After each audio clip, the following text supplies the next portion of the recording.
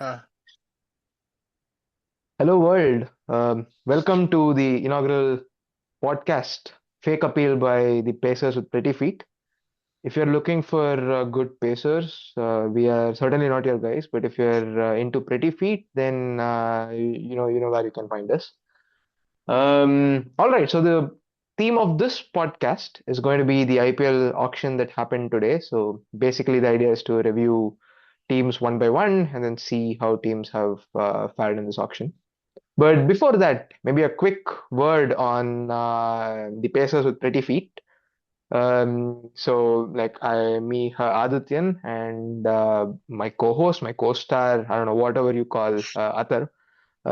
We are running this blog, Pacers with Pretty Feet. The idea is to do some nice, statistical rants about pretty much everything cricket. So, a lot of numbers and a lot of irreverence to everything around cricket. So, Atharva, do you want to, quickly say a couple of things about, the pieces that we are working on, what's coming out in the next few weeks and so yeah, on? yeah, I'll do that. Like as Adityan told you, right, that we work on the data related stuff and cricket, we mix them together.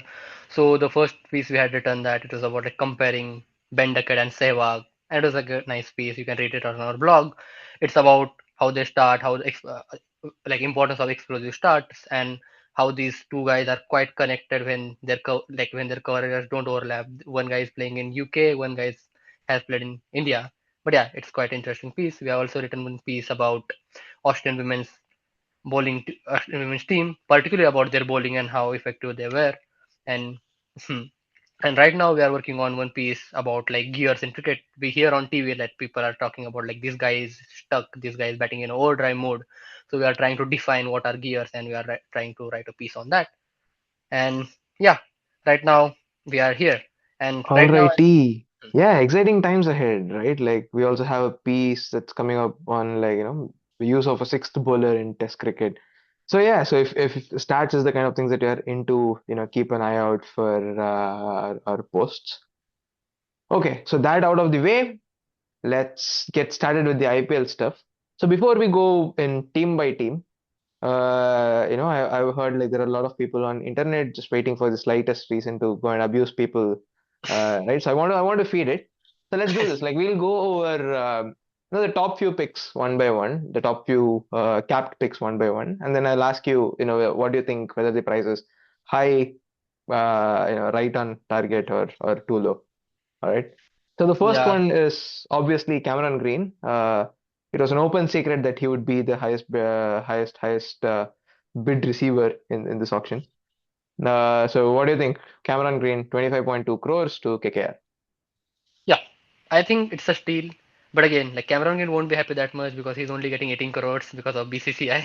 So yeah, Hmm. I thought at start that before the auction, because like both the teams had over excess of 40 crores budget and one of had 60.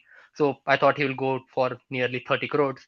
But yeah, Chennai didn't go that hard on KKR, and I think it's a nice buy because yeah, whatever he provides, there is no one in current scenario who can provide that. So yeah, I think so. Right. So I mean, even at the start, I'm pretty sure even Chennai knew that there's no way that they're going to get Cameron Green. KKR basically retired and Under Russell to make sure that they can get Cameron Green. But yeah, the point of bidding for KKR is to make sure that they punch a good enough hole in KKR's wallet so that KKR's budget and CSK's budget become comparable. Yeah, Then both the teams are on equal footing and can dictate the auction on equal terms. Yeah, it is interesting. Maybe CSK could have pushed them a little bit more, or maybe not. We'll never know. But I do agree. It just feels like um, yeah, but it does feel like a slight steal given the dynamics of the auction. Maybe standalone, I don't know how much I would pay for Cameron Green, but at least for the dynamics of this auction, I yeah, agree with you. All right. Matisha Patirana, 18 crores again to KKR. yeah. Here I felt that they slightly overpaid, but again, Mathira Patirana is someone who has high ceiling as Bumrah in death overs, not in like power play. But again, with the change of action, again the Sri Lanka cricket board involving too much, that's why like CSK left him. But again, looking at his very high ceiling, the kind of things he can provide, and again how young he is, so it is a nice punt to take in my opinion. So again, it's slightly overpriced, but it's okay. Fair. So CSK didn't want to spend like 13 crores on him, and then that's the reason why they released him. If you had gone for like 7, 8 crores, then certainly I would say like it would be a fair punt on him. I think 18 feels a little too high for a punt. Like if he Hmm. comes off, he's like, probably the best, maybe second best death bowler in IPL, but I don't know, 18 is like a really risky punt. Yeah. Liam Livingston, 13 crores to SRH. That was out of the blue. Like I thought at first that Leon Livingston will someone like CSK will be interested in him. That's what we thought at start. But again, CSK was not at all interested in him. And SRH, who is stacked with foreigners, and they still got him. But again, I thought they didn't get the auction dynamics right. They had too much money left by then, and they had to take few players. So they tried taking Livingston. Again, Livingston provides something with his death over hitting and can take the ball away from both right-handers and left-handers, so can provide some bowling. So looking at it and think the price is basically because of auction dynamics. Normally, I've said that Leon Livingston stands between 5 to 10 crores, but it's fine. But I think SRS got it wrong, the auction dynamics part. Yeah, no, I mean, we don't know if Liam is still in the peak of his powers, and even during the peak of his powers, like he's supposed to be inconsistent. Like he's bought Hmm. to, go nuts, right? But despite all these, asterisks that you put on Liam Livingston, I don't know, 13 this time is like there are just no other people on Hmm. the level of Liam Livingston, like who's played international cricket and to bat, towards the end and then give you like, this quick fire 11 ball, 10 ball innings and so on. Right. Uh, right. So maybe just for the supply constraint on that kind of resource, I think maybe it's fair. Yeah. Um, all right. Mustafizur Rahman, 9 crores, 9.2 crores to KKR. Again, Mustafizur Rahman. So Bangladesh has made it clear that I think so that he is going to play the whole season. Like that's the issue with Bangladeshi players sometimes, and that was the issue with him mainly years ago. And again, he's not. He's quite injury. He was quite injury prone before, but last 2 years he hasn't picked up any injuries. Like Mustafizur Rahman at his best, we have seen in used to happen in 2016, 2017 season.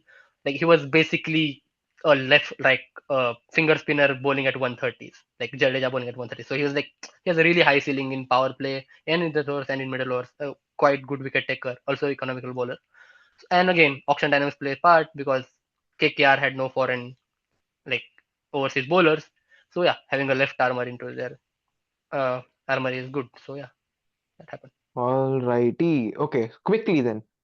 Quinton de Kock at base price, David Miller at base price, Wanindu Hasranga at base price. I'll say Quinton de Kock and David Miller both are steal. Like like Mumbai had only 2 crores in their bank account and they still got like really nice deal for Quinton de Kock. Like he will play a backup to Rickelton, and David Miller getting a base price. You don't have to play him all the matches. Again, he's like a finisher anchor kind of a role. And yeah, that's the steal. With Hasaranga, I'll say getting a good base price is nice, but again, a foreign spinner in IPL, IPL hasn't been fair like to them. Zampa, Adil Rashid, they never had a good season in IPL except if you are Rashid Khan. So yeah, but still having Hasaranga in your squad is a good thing, and getting it at two, obviously, I think it's a nice deal. But yeah, All right, finally, Venkatesh Iyer at 7 crores. I think it's a fair price. Last year the KKR went overboard with him, and this time they didn't do that mistake. With last year, if you remember in the auction, RCB was the second team who was bidding for a year, so they got him this time, and he will play as a backup to Padikkal because Padikkal had a great season last year, and so if something happens to Padikkal, he will be a backup and nice backup to have at 7 crores. That does make sense. In some sense, it also feels like they're a proper like-to-like replacement as well, right? Like Padikkal went at 150 last season, but in some sense, there's like an anchor vibe to him. Hmm. And Venki Iyer is also like a really interesting anchor. Like Yeah. he's what Jared calls the dot or six anchor. Like he can either hit the ball or he can like defend. There's no intermediate gear between these two. But yeah, I think 7 crores is like a decent sum to pay for him. He's probably not going to play every game. Yeah, I think that's fine. That's fair. Yeah. All right. If you agree with what Atharv says, yeah, still, throw out some abuses at him. If you don't agree, like, you know what to do. Uh, Okay, good. Now to the main part of our podcast. Let's get started with the teams. We'll figure out how they fared last year and see if they have been able to fix issues, or if they have doubled down on their strengths in the auction this year. So let's go team by team.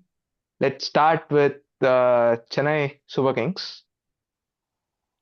I'll just share the plot. That sounds perfect. All right. So before we get into every team, I'll give you some context on what these plots are supposed to mean, right? So the green, think of it as like the average of the league. So the power play runs per over.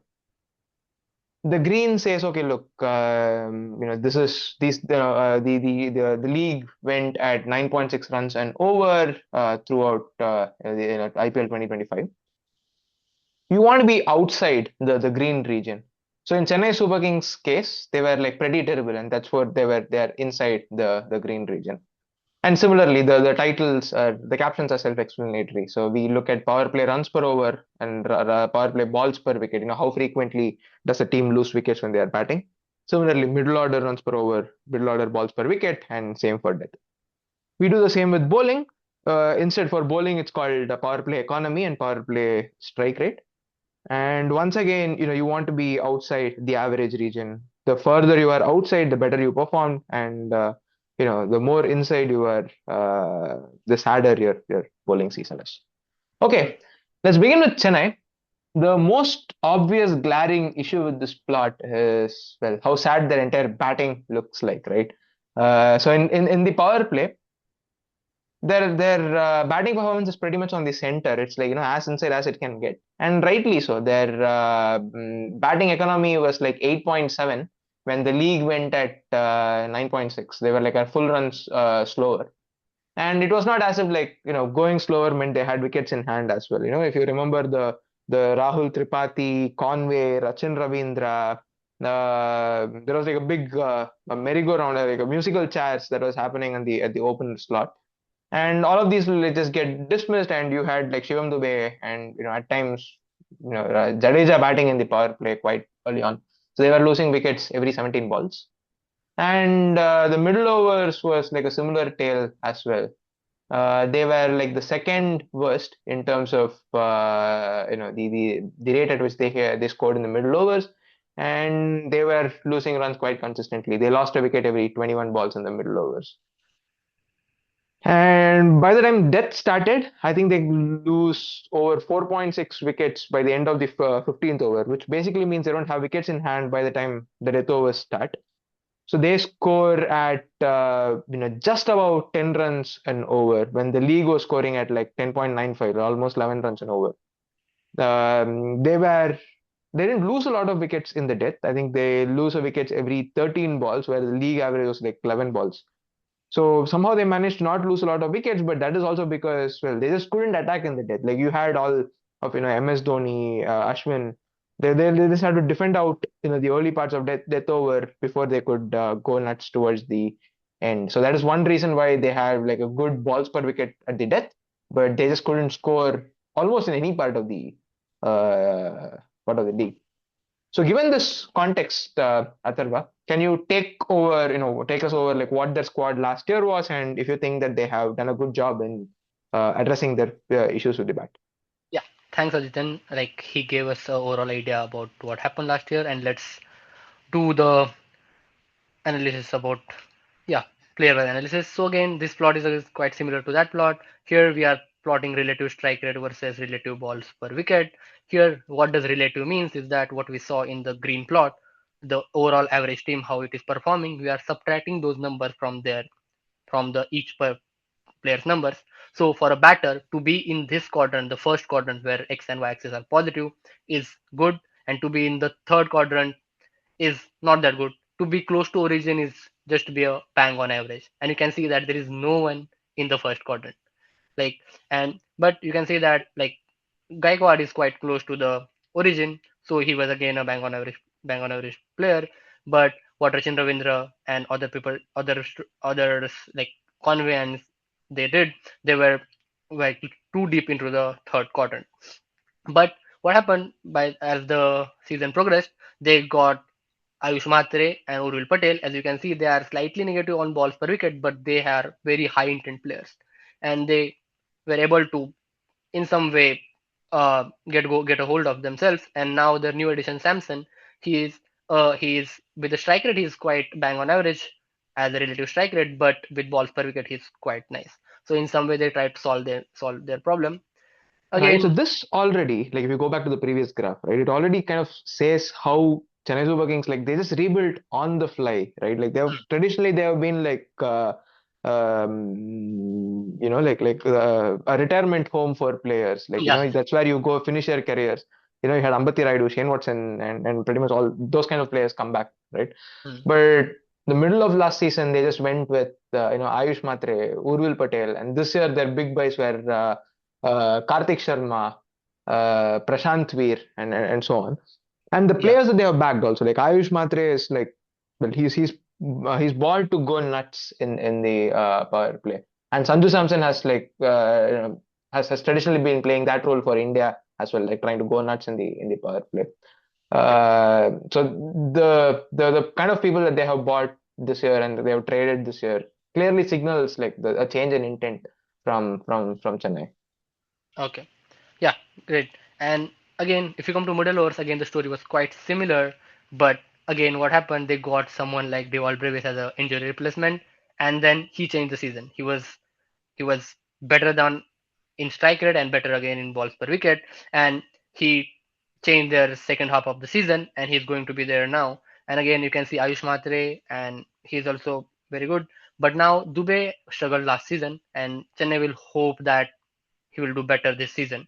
Again, Gaikwad was again bang on average, and again the Sanju Samson who they have got, he is losing his wicket in that time, but again with strike rate he is good bang on average.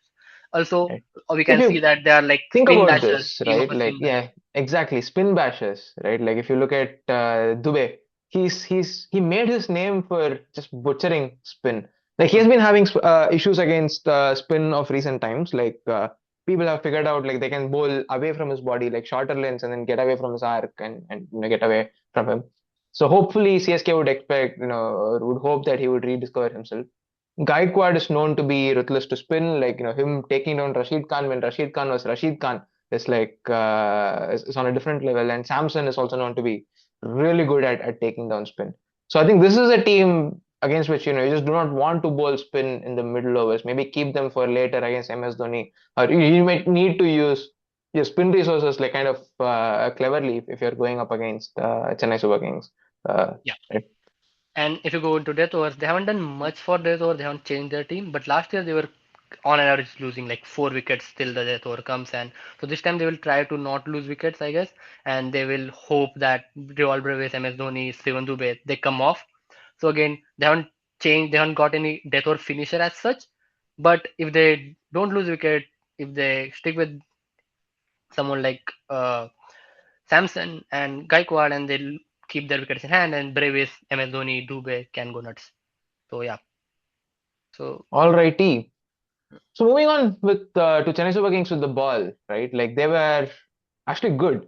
They were like one of the better bowling teams in the IPL, but not by much, right? Like in the power play, they were slightly worse than what you would expect them to be in terms of economy, but they were taking wickets slightly better than what you would expect them to be. They were the king of middle overs, right? Like they had Jadeja, Ashwin, um uh, yeah, the Jadeja and Ashwin, Noor Ahmed Noor also Ahmed. was also controlling the middle overs, and Noor Ahmed was helping them take wickets, and Jadeja was also quite good, and so on. So they were like the king of the middle overs, but they have somehow moved away from that bowling unit that helped them control the middle overs, right? Like Jadeja is not with them anymore, Ashwin's not with them anymore.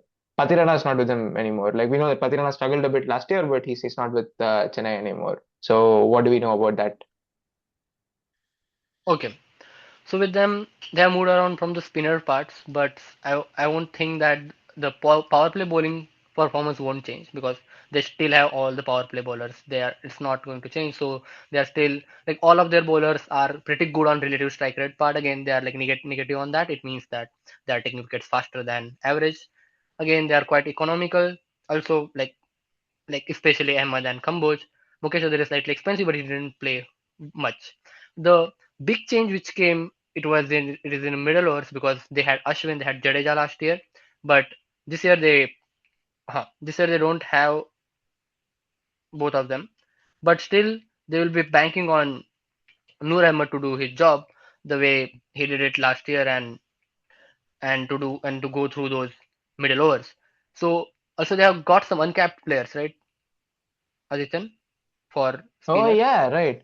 They got Prashant Veer, Yeah. who's supposed to be like mini Jadeja. Hmm. So they paid like what 14.2 crores for Prashant Veer Yeah. for spin. Again, like highest, uh, like he's the costliest uncapped Indian. But again, Joint the highest issue for an uncapped player. Yeah. joint hire for another player again, and Chennai bought him. So they'll be hoping on their uncapped resources to do well in middle overs. Like going away from Jadeja, I think they had the batting reason that Jadeja is not was not able to hit against spins and was good against pace. So I guess that's why they went away from him. So yeah, and again in the death overs they have Nathan Ellis. So and Noor Ahmed. Noor Ahmed was really good at death, and Nathan Ellis has proved himself. And in some Yeah, way, let's Nathan let's Ellis is hope the Rutraj gives the ball to Noor Ahmed to finish yeah. his fourth over for God's sake. For some reason, the bowler who would take a wicket every time he had the ball in hand would be cut off after 3 overs, game after game after game last year, right? Yeah. Yeah, yeah, I still remember that, and it was so frustrating to see that. But again, Nathan Ellis is someone who I think he played so well that that's why they went away from Pathirana. So I guess he need to prove that again that whatever that he needs to prove their decision right for them. So yeah, exciting times ahead for them. All right, so I'll quickly flash the playing well, and we can also think of a couple of options that they have, and then you have to give me a thumbs up or thumbs down for what you think about them, right? Hmm. So they do have a strong top: Ayush Matre, Sanju Samson, Ruturaj Gaikwad, Shivam Dubey, Deval Brewis. Like that's like a really serious top five, I would say. 6 and 7 is where they are taking a big punt. I think Karthik Sharma is going to play and Prashant Veer is going to play. Karthik Sharma is he's like Rajasthan's highest run scorer in this year's Vijay Hazare at a strike rate of 118, and he struck at 162 at SMAT. And Prashant Veer, they think can be like the mini Jadeja, so we'll see where how it comes off. And he's also really good at hitting the ball. And even if they don't want to play these two, they can still go to one of the foreigner options. Like we only have three overseas in the playing 12 right now, so they can just go to somebody like Jamie Overton or somebody like Matt Short, for example, right? So they do have options that they can go there. Hmm. And with the ball in hand, they can play Nathan Ellis. Anshul Kamboj was good for them last year. Khalil Ahmed was quite decent, and Noor Ahmed was like, he's going to get you wickets every time he bowls. And they do have some options here. They can go to Jamie Overton if they want to use somebody in the power play, play an extra spinner. Akil Hosein is a good option. They have Matt Henry. They have Rahul Chahar if they want to play an extra spinner. They do have options. They can go in quite some directions here. Yeah, I do agree with So you. Yeah, Atharva, there are thumbs up, thumbs down, meh. thumbs up, but the only thing will be worrying that two uncapped players in the starting 11.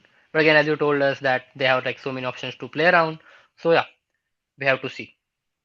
Right. So I'm a CSK fan, so I would say like my heart would say a thumbs up. But thinking through my head, I think it does feel hard. Like they have totally rebuilt their side on the fly. Like we don't know. Like this is the first time that they're going to play a certain brand of cricket and so on. So I'll still have to wait and watch. I'll still be in the math zone. But I'm excited. Like I'm quite happy that CSK just like they have done a really good job rebuilding on the fly. So I'm Yeah, happy with where the team is. It's just that I don't know if me being happy is good enough for them to qualify. like where they started in last year and where are they now, I think they have done quite a good improvement. So Yeah. okay, Alrighty. The next team is the other team that was struggling quite a bit, Rajasthan Royals, right? okay, let's If do there was Rajasthan Royals. one phase where they were just elite, Hmm. you got to say it's the power play. There Yeah, was Yashasvi Jaiswal who was going nuts. Samson, when he was around, he was decent, and Suryavanshi he came in and then he was really good. Man, he was really good. So they were scoring at 10.8 runs and over, while the league average was 9.6. And it was not coming at the cost of losing wickets. Like they were losing a wicket every 26 balls. While the second quickest team, Punjab Kings, turned out to be the second quickest. They scored almost a run slower than them, but they Hmm. lose a wicket every 20 balls. So they were like really good at keeping wickets in hand. They just ruled the power play. But the issue might be that that is where it stops, right? They score at 8.6 in the middle overs, whereas the league average is like 9, so they were like kind of slower, and they lose a wicket every 3 overs in the middle overs, man. So compared to the league average of 22, so they really struggled in the middle overs. Like they were not really amazing, and as we would see later on, like you would actually see their batters slowing down, through the middle. And if you look at the depth, they were towards the bottom end. So we said like Chennai struggled at going just about 10. They were like the second slowest. They were going at 10.2 compared to the league average of 10.9. They didn't lose wickets at a really good rate. Like the average was like 11.4. They lost wickets at 10.6. So it was not as if like they were very bad at losing wickets, but they just couldn't score any runs. Hmm. So they were really good at the power play, but that's where the downfall starts. So Yeah. what do you think? Have they addressed those issues this time? Yeah, I think they have tried like doing a good job this time. So yeah, Mhm. let's go through what they have done this time. So yeah, we can see in the power play, Jaiswal again a elite batter again in third quadrant. Suryavanshi having like plus 50 strike rate, and Riyan Parag performed really well. And the two new guys they have got Ravindra Wait. Jadeja. I'll stop you there for a bit, right? Like, just tell me once what having a plus 50 strike rate means. So what does it mean? So like the league average is 160. Normally, in a power play, people score at strike rate of 160, and Suryavanshi scores at 210. Like it is insane amount of like normally a batter will like opener will play 20 balls in a power play. Suryavanshi if he plays that he will normally score 10 runs more than any other batter who will play in the power play. Like Right? So that much of impact he can make.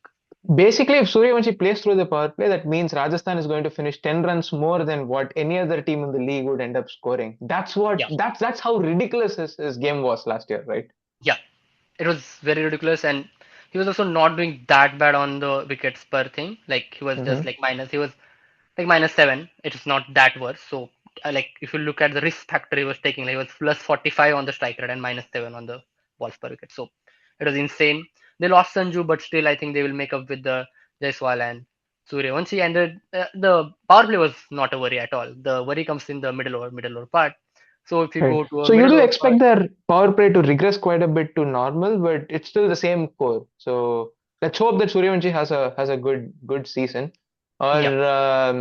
yeah, maybe it's a second year, or like I really want Suryavanshi to do really good, but that might also mean like I want him to fail for a season because he's like a prodigy, right? And then Hmm. prodigy generally means he's going to dominate every level of cricket he plays. Meeting a failure early on would also teach him how to solve a problem rather than facing it for the first time when he's like already playing international cricket. But yeah, I assume that they are going to regress for a bit, but with Suryavanshi and Jaiswal I wouldn't be really worried about their power play. Yeah, And Riyan Parag was also really good in the power play last time, right? he was good throughout. Like he was again, you can see the middle order. He was again, he's in lying in third quadrant. You can see Jaiswal slowing down a little bit. The reason was not that he was not able to hit the bowlers, but they were losing so many wickets that he had to slow down. Dhruv Jurel was kind of a culprit at that time. He was not able to get through, like get going. So they will expect more from Dhruv Jurel. But they have got Sam Curran, and Sam Curran is playing at number 4 per survey, number 4 in 100. So they could try him at number 4 or number 5, slightly up the order. And they have got a guy, Donovan Ferreira. He has been killing it the all franchise scene. Like he's great in 100. He has won trophy in 100. Then the Major League Cricket SA20. He is doing well everywhere. He also did well in the match with South Africa versus India. So yeah, they will have their hopes on Donovan Ferreira. And Hetmeyer, he struggled a bit last year. Again, they will hope that because he has done well for them for last 2 3 years. Last year was the kind of an odd year, so they will hope that he comes good. So again, there is slight hope, but they have tried to address this problem by getting Karan and Donan Ferreira. Yeah, and if you again look at death overs, they were losing quite a bit more wickets. Like come to the death overs, they were like having like 4 or 5 wickets down. So that was major issue. If they don't lose their wickets and if they keep wickets in hand, and if Hetmeyer comes well, and again they have Donan Ferreira, they could Yeah, have a and really they've good season. also retooled, the batting part of the batting unit that will be facing the death, right? Like they have Sam Yeah. Curran now, they have Ravi Jadeja towards the end. Like Ravi Uh, Jadeja will bat at number 8, and Ravi Jadeja is elite, like fast bowler striker. Like he can't hit spinning ball, but he's a really good with fast bowling. So he will bat at number 8. They will have Archer at number 9. So they will have quite a big, like long batting lineup. And also, I was forgetting about Shubham Dubey. He had a really good last few matches for them. So they will hope like good things from him. So yeah, exciting times ahead for them. exactly. I do like their middle overs retooling. I did forget to mention Donovan Ferreira as well. So even if like Hetmeyer should come back to be good again, but even if he Hmm. doesn't, like they do have like a bunch of options who can go nuts towards the end. Yeah. Okay, so now to Rajasthan's bowling. This is going to be interesting, all right. So Rajasthan were like pretty decent with the ball in the power play. They were I think close to the league average in terms of the rate at which they would give runs. Oh, they were in fact even better than the league average at the rate at which they would give runs. They were not good at taking wickets, but it's fine. Like you're either good at not giving runs or you're not taking wickets. But from there, it's just like downhill. It just goes downhill from there, right? So once again, Rajasthan were either really good or at the very least decent on both sides of the ball on the power play. But from there, the middle overs, they were like the second most expensive side with the ball. They were giving runs at 9.3 an over, whereas the league average was like 9. And it's not as if they were taking wickets even. Like they would take a wicket every 30 balls. So like they would take 2 wickets through all of the middle overs. So that basically means they are starting the death overs like with just 2.9 or like roughly 3 wickets down, which kind of means teams are just going to go nuts against them. They're just going to pretend lose wickets like it's water, and then they're just going to like smash them. And as you expect, they are also the second most expensive side. Oh no, not even the second most. They're the most expensive side in the death. They went at over roughly 12.5 runs and over. And the second most expensive side is like Punjab Kings at 11.3. So you can see the difference of how teams batted against them compared to other teams. So okay, what can you tell us about their bowling, Yeah. Atharv? Okay, so let's go through their bowling one by one. So again, the saying that they were good at taking wickets in the power play because Jofra Archer was blowing hot and cold. Like if you remember those matches, like one match is going for 40 50 runs and another match is taking like 1 or 2 wickets at top. Again, Sandeep Sharma, proven commodity, can bowl like a power play bowler. Like Deshpande was not that good and other bowlers were not that good, but still they haven't done much for their power play bowling. They have done something. The one thing they have done is that last year they had two overseas spinners, Tikshana and Hasranga. This year they have both of the spinners are Indian spinners, Jadeja and I think Bishnoi. So they will have the one slot open, so they can play Nandre Burger, and Nandre Burger is again a wicket taking option at top. So the power play like things could change for them, like for good because of the part. Now let's go to the middle overs. As we can see here with their middle overs, they're again bang on average. Like Archer did well in middle overs, but Archer is not a middle overs bowler. Archer is 2 overs power play, 2 overs death over bowler. Sometimes he bowls in middle overs, but we can see the new acquired thing Sam Curran, also Ravindra Jadeja. Ravindra Jadeja is quite economical, and also they have got Ravi Bishnoi, who is a wicket taking option and also economical option, and again an Indian option. And again, they can play Nandre Burger, who can bowl in power play and throughout the 1 or 2 overs in the middle over. So they're expecting to do good. I think the biggest change was the acquiring of two spinners. Uh, and now, if you go to death overs, again, they haven't got any death or specialist bowler as such. The all the bowlers they have are like they haven't got any death or specialist bowler. They only have Archer, but still, I think. Last year they were using Tikshana at the death. This year they can try a combination of Archer, Sam Curran, Nandre Burger, and others. And also, so as such they haven't done much for their death over bowling, but yeah, they'll be No, but the hoping to do other thing fine is with this their is power play a and middle overs. team alongside Chennai Super Kings last year who could use Sam Curran the way he's supposed to be. Hmm. Punjab at one point they would be like we are going to pick six batters and Sam Curran and four bowlers and Sam Curran, Yeah. which means Sam Curran has to give you 4 overs every game and he has to stand up with the bat game after game after game. No, he's not meant to do that. So Hmm. you got to pick seven batters and say, okay, look, Sam, just go out and swing. Or Yeah. five bowlers and then one of them goes for runs. You try to steal over here or there. That's how you need to use Sam Curran. And I think this Rajasthan team can actually do that. Yeah. And even in terms of retooling, right? Like they need not, they haven't really strengthened their death bowling unit. But just the fact that they're going to take more wickets through the middle with Ravi Bishnoi and Ravi Jadeja and so on, probably just means teams are going to go into the death without as many wickets in hand, and they'll have to play the death very differently from what they did last year. So Hmm. the way that they've retooled their entire bowling unit, there's a spin attack is like quite exciting on its own. Yeah. Yeah. Yeah. I do agree. Like they are hoping the whatever good they have done with power play and middle overs will help them in that, and that's how cricket goes on. So yeah, it could work out. So All right. I will share the, a playing 12 for them, and you got to tell me whether, they are yes, no, or meh.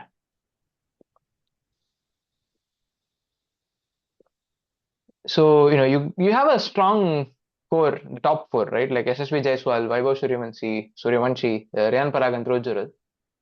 And then the hmm. next four is also exciting. Like you got Sam Curran, Hetmeyer, Donovan Ferreira, and Ravi Jadeja. So Hetmeyer and Ferreira can actually go hit the ball. Jadeja at number eight, who's going to come and then hit against pace. Last year, I think he gave 158, but 158 coming from your number eight, I think you would take it any day. And then Sam Curran, you should use Sam Curran. I think that's also quite exciting. And as I've been saying over and over and over, like the biggest takeaway is Ravi Jadeja and Ravi Bishnoi. I don't think you can play two international spinners, Hasaranga and Tikshana, of that quality. If you have Rashid Khan and Noor Ahmed, that's a very different story. But playing Hasaranga and Tikshana, it's probably just impossible to get away with. So what do you think? Yeah, no, meh.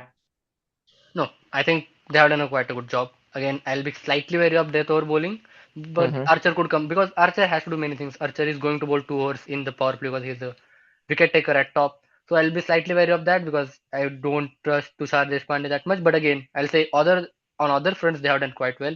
I like the spinner point; it was great. Also, look at their backups. Like they have like Shivam Dubey who did so well last year, but he's still sitting there. Like I don't know many people don't know about Pretorius, but he's killing it everywhere in franchise circuit. So again, he can come in sometimes if something happens to openers. Also, so yeah, they have got good backups, and I can see them doing good. Hmm. Yeah, they also have the option to drop Sam Curran and play Shivam Dubey and then get in Nandre Burger. So they just have good replacements on pretty much every direction that they want to go, except for maybe spin. Hmm. But spinners they have Jadeja and Bishnoi. So I think I would be happy if I'm Rajasthan. Yeah. So the thing is this, right? Like you do see a side which kind of looks different from last year. Hmm. So I'll be wary of death bowling unit, but I think they've done a better job at rebuilding than CSK in the sense of like there's no obvious weak link in this side, right? Like with CSK, if uncapped players come good, yeah, amazing, but they may not. There is uncertainty around it. But these are Yeah. people you know that you can get something out of. Yeah. I do agree with you. Like most of them are experienced campaigners. That's the problem with CSK. Again, it's quite ironic to say that experienced campaigners is the problem with CSK. Like it's very like times have changed, but yeah, I'll say yeah, these people we can trust them. Hmm. Okay. Alrighty, the next team on our roster is I think the team that finished eighth, Kolkata Knight Riders. Yeah, the Kolkata Knight Riders. All right, Hmm. they were actually really good with the bat in the power play last time. They had Sunil Narine who was quite good. Ajinkya Rahane was going bonkers in the power play. Right, like they did have a bunch of pieces that are coming good. If I remember right, Quinton de Kock might have struggled a bit, but those are actually the pieces that they have. They've cut off. Right, and it's not as if they were losing wickets again. Oh, sorry, my bad. They were no, they were still like the third quickest scoring team in the power play. I was looking at death. They were like really good in the power play. They were the third quickest in the power play. They were the third quickest in death too. But the middle is where everything fell off for them. Hmm. Basically, pretty much nobody could score runs there. They would score runs at like 7.6 runs and over in the middle overs. They were worse than Chennai Super Kings, and that tells you how bad they were. And they were losing wickets every 15 balls. Right. So if you say the middle overs is like for 9 overs, but if you pretend it's like 10 overs, that kind of means you lose 4 wickets every all the way through the middle overs. That is certainly not a situation that you want to be in. But despite that, somehow they just make a comeback and then they go bonkers at the death. Yeah, Dharva, tell us, compound interest, Navier-Stokes equation, how are KKR good at the death? Explain. You don't have to go that deep for that. I think they have done a pretty good job, so we can explain it easily. So as we can see with the power play, as he just told us, that with power play they were doing good because of Narayan and Rahane. But you have to remember one thing, that Rahane was coming one down. Like they tried Gurbaz and QDK and both failed miserably. So they're always one wicket down, and again Narayan will only play 6 overs and mostly will get down. So this year, by dropping both Gurbaz and QDK, most likely Rahane will open, and that's a good partnership they will have. And again, that's why Angrich will come at number three. Again, Yeah, with their but middle there over. is Hmm. uncertainty around Sunil Narain opening the Yeah, batting, right? But in some sense, it's not clear why you would not just want to do that. Like it's not as if he crunches a ball whenever he bats. He's like one of the best pinch hitters you can ever find. Like he either goes nuts or he gets out. He doesn't eat balls, yeah. right? There's no point in batting him at number 8. You might as well just throw him in, and if you need a backup opener, you can play Rahane, or you have like Final, and you have like a bunch of wicket keeping options and so on. So it's just Yeah. like a gamble which does not really have a loss condition for you. Hmm. Actually, I forgot that point, that Final is there. So Final can open with Narayan, but even if that doesn't work out, then Rahane can go to with Narayan. And I agree with you. Like using Narayan at number 8 and 9 is a waste of his talent. Like he's really good at top, and he doesn't waste ball. Like whatever data we have and whatever past experiences we have seen, Narayan either gets out or gets going. So there are only two ways the way he bats.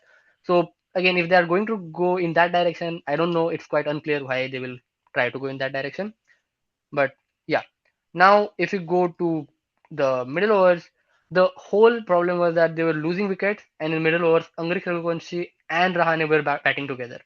I think that is the issue right now. They can use one of them as a floaters because they have got Cam Green, and like they have paid like big bucks for him, and Cam Green will bat in middle overs. So they can break the partnership between Raghuvanshi and Rahane, and that will be strategy going forward. That we So will the use one interesting of them point as a is like, floater. Cam Green might be the Russell replacement in like both are bowling all-rounders. But I think the Hmm. way that they are going to bat is going to be different, right? Russell would come in towards the death overs and then smack the ball from the get-go. I think Cam Yeah, Green might be batting higher for them. And yeah. similarly, Russell was, playing a good part at bowling in the death overs for them. Hmm. I don't think Cam Green is ready enough to bowl in the death. So they might need to use him more in the middle overs. So Russell, if he was the death over specialist for them, Cam Green is going to, rule the middle overs, Yeah. hopefully, for all the So money that he gets. yeah, so with Cam Green, we can't say that he's a 4 over banker yet. But with Russell, again, Russell used to bowl 2 overs at the death. Cam Green hasn't done that work ever for Australia also. So most likely will bowl 1 over in power play and 2, 3 overs in the middle overs. But again, Cam Green will bat for a longer time. For Australia, Cam Green sometimes bats at 3, sometimes bats at 5. So Cam Green sometimes comes in power play also. So there is no issue with Cam Green coming at entry point being at over number 5, 6, 7. With Russell, entry point was always over number 13, 14, 15. So that's the huge advantage Cam Green gives. And the partnership of Rahane and Raghuvanshi won't happen because that was the biggest problem they had last year. So, and with that overs, again, they are hoping, so they haven't got Russell replacement as such, and as Adityan told us that uh, Cam Green is not exactly a Russell replacement, but Rinku Singh was doing great at last year, and again Ramandeep. Russell was not doing well, so they will hope to. like keep wickets in hand, and they will hope that they will create a platform for Ramandeep, Rinku, and Cam Green to go bonkers. They can also do one thing by having Cam Green and Narayan in top five, like two bowlers in top five who can give like 7 overs combined. Let's say they can have Roman Powell at number eight. At Roman Powell bats at number four for West Indies. He's a really good hitter. He can smack fast bowler, spin bowling, everything. So if they can also go in that direction by having Roman Powell at eight, he could be a slightly like replacement for Russell. So yeah, Yeah, that'll be they have interesting, right? So covered they their have base. Roman Powell at number 8, and they have Harshit Rana at number 9, Yeah, who, according to Gautam Gambhir, bats as good as Shivam Dube. But yeah, they have Harshit Rana coming at number 9. So they do bat really deep this time. So the yeah, loss of Under Russell, like during his fantastic years, you would say okay, they should regress, but they did this without Russell. So I think it should not be very hard for them to recreate the magical death overs again this year. yeah. Like with Russell, last 2 years they haven't been a very good by a batting point of view, but he has been a really good bowler. Like he has been a wicket taker in that, also quite economical. So Cam Green is not giving that point, but he's covering many other fields. So yeah, it will be a new experiment for them. So I think let's move to bowling. Right. So quick summary. Once again, they've been like good with the ball in the power play. So the average economy in the power play for teams was like 9.6. They give runs at like 9.2, and they take a wicket 2 balls quicker than average. I think the average is 24. They go at 23. So they take a wicket like a ball quicker than the average. And in the by the way, the power play department, surprisingly, it comes from Vaibhav Arora and Harshit Rana. Hmm. And yeah, so I'll be curious to listen to Atharva, like if he thinks it can be recreated this year again. Varun bowled quite a bit in the power play as well. Middle overs is where they should rule. They have Sunil Narayan and they have Varun Chakravarti, and they should take care of a bunch of things, right? And somehow that is not the case. They did leak runs quite a bit. They were like the third most expensive team in the middle overs, and they were also like taking quite a bit of wickets. So maybe Varun was playing a part in that. People finally started taking Varun down, but that also meant like he's going to get a lot more wickets than the wickets that he usually gets. Hmm. And finally, in the death over, they were actually one of the better teams. Like they had the best economy in the death overs. They went at 9.8 runs an over, like less than 10 runs an over, where the league average was 11.4. Right. So the league average was like 10.9, sorry. So if you're like a run better than the league average, that certainly means something. And somehow it did come from Vaibhav Arora and Harshit Rana again, and Ander Russell again. It's not as if they had like an international superstar who was guiding them through the death overs and the power play. Hmm. Okay, so I think everything Adityan said is quite right and quite bang on about the Harshit Rana and Vaibhav Arora. So what will I say about Harshit Rana is that like I know that he gets trolled about the GG point and everything, but if you look at the sheer potential of a player, like being 6'3", 6'2" tall, can swing the ball both ways, can hit the length very hard, 145 plus. He doesn't have that control yet, but still he has a very high ceiling. That's why people believe in him. That's why Indian team believes in him. With with Aurora, again, he can swing the ball in. Mostly, he swings the ball in with the right hander, away from the left hander. So, both of them are good quality swing bowlers, and swing helps them in power play. And that's why they are doing great in power play. We can see that part here. Also, they have got Akashdeep this time. I don't know they will go to him, but it's again a good option to go to. Again, a swing bowler can do well in power play. So, with power play, they are quite covered. If you go to the middle overs part, uh, it's one exciting thing about the middle overs that Ajitan said was that they were getting hit, but they were getting wickets also at a very rapid rate because of Sunil Narayan and and Varun.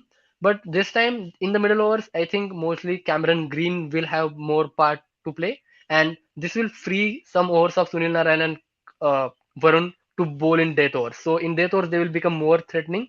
But in middle overs, we have to see like by bowling more Cameron Green, will they lose that effect of getting more wickets? So we have to see that part. Again with Yeah, Pathirana, and more than all of this, right? Like this spin attack. Putting bluntly, they have the best defensive spinner in the world and the best attacking spinner in the world. Yeah, Like, how do you beat this?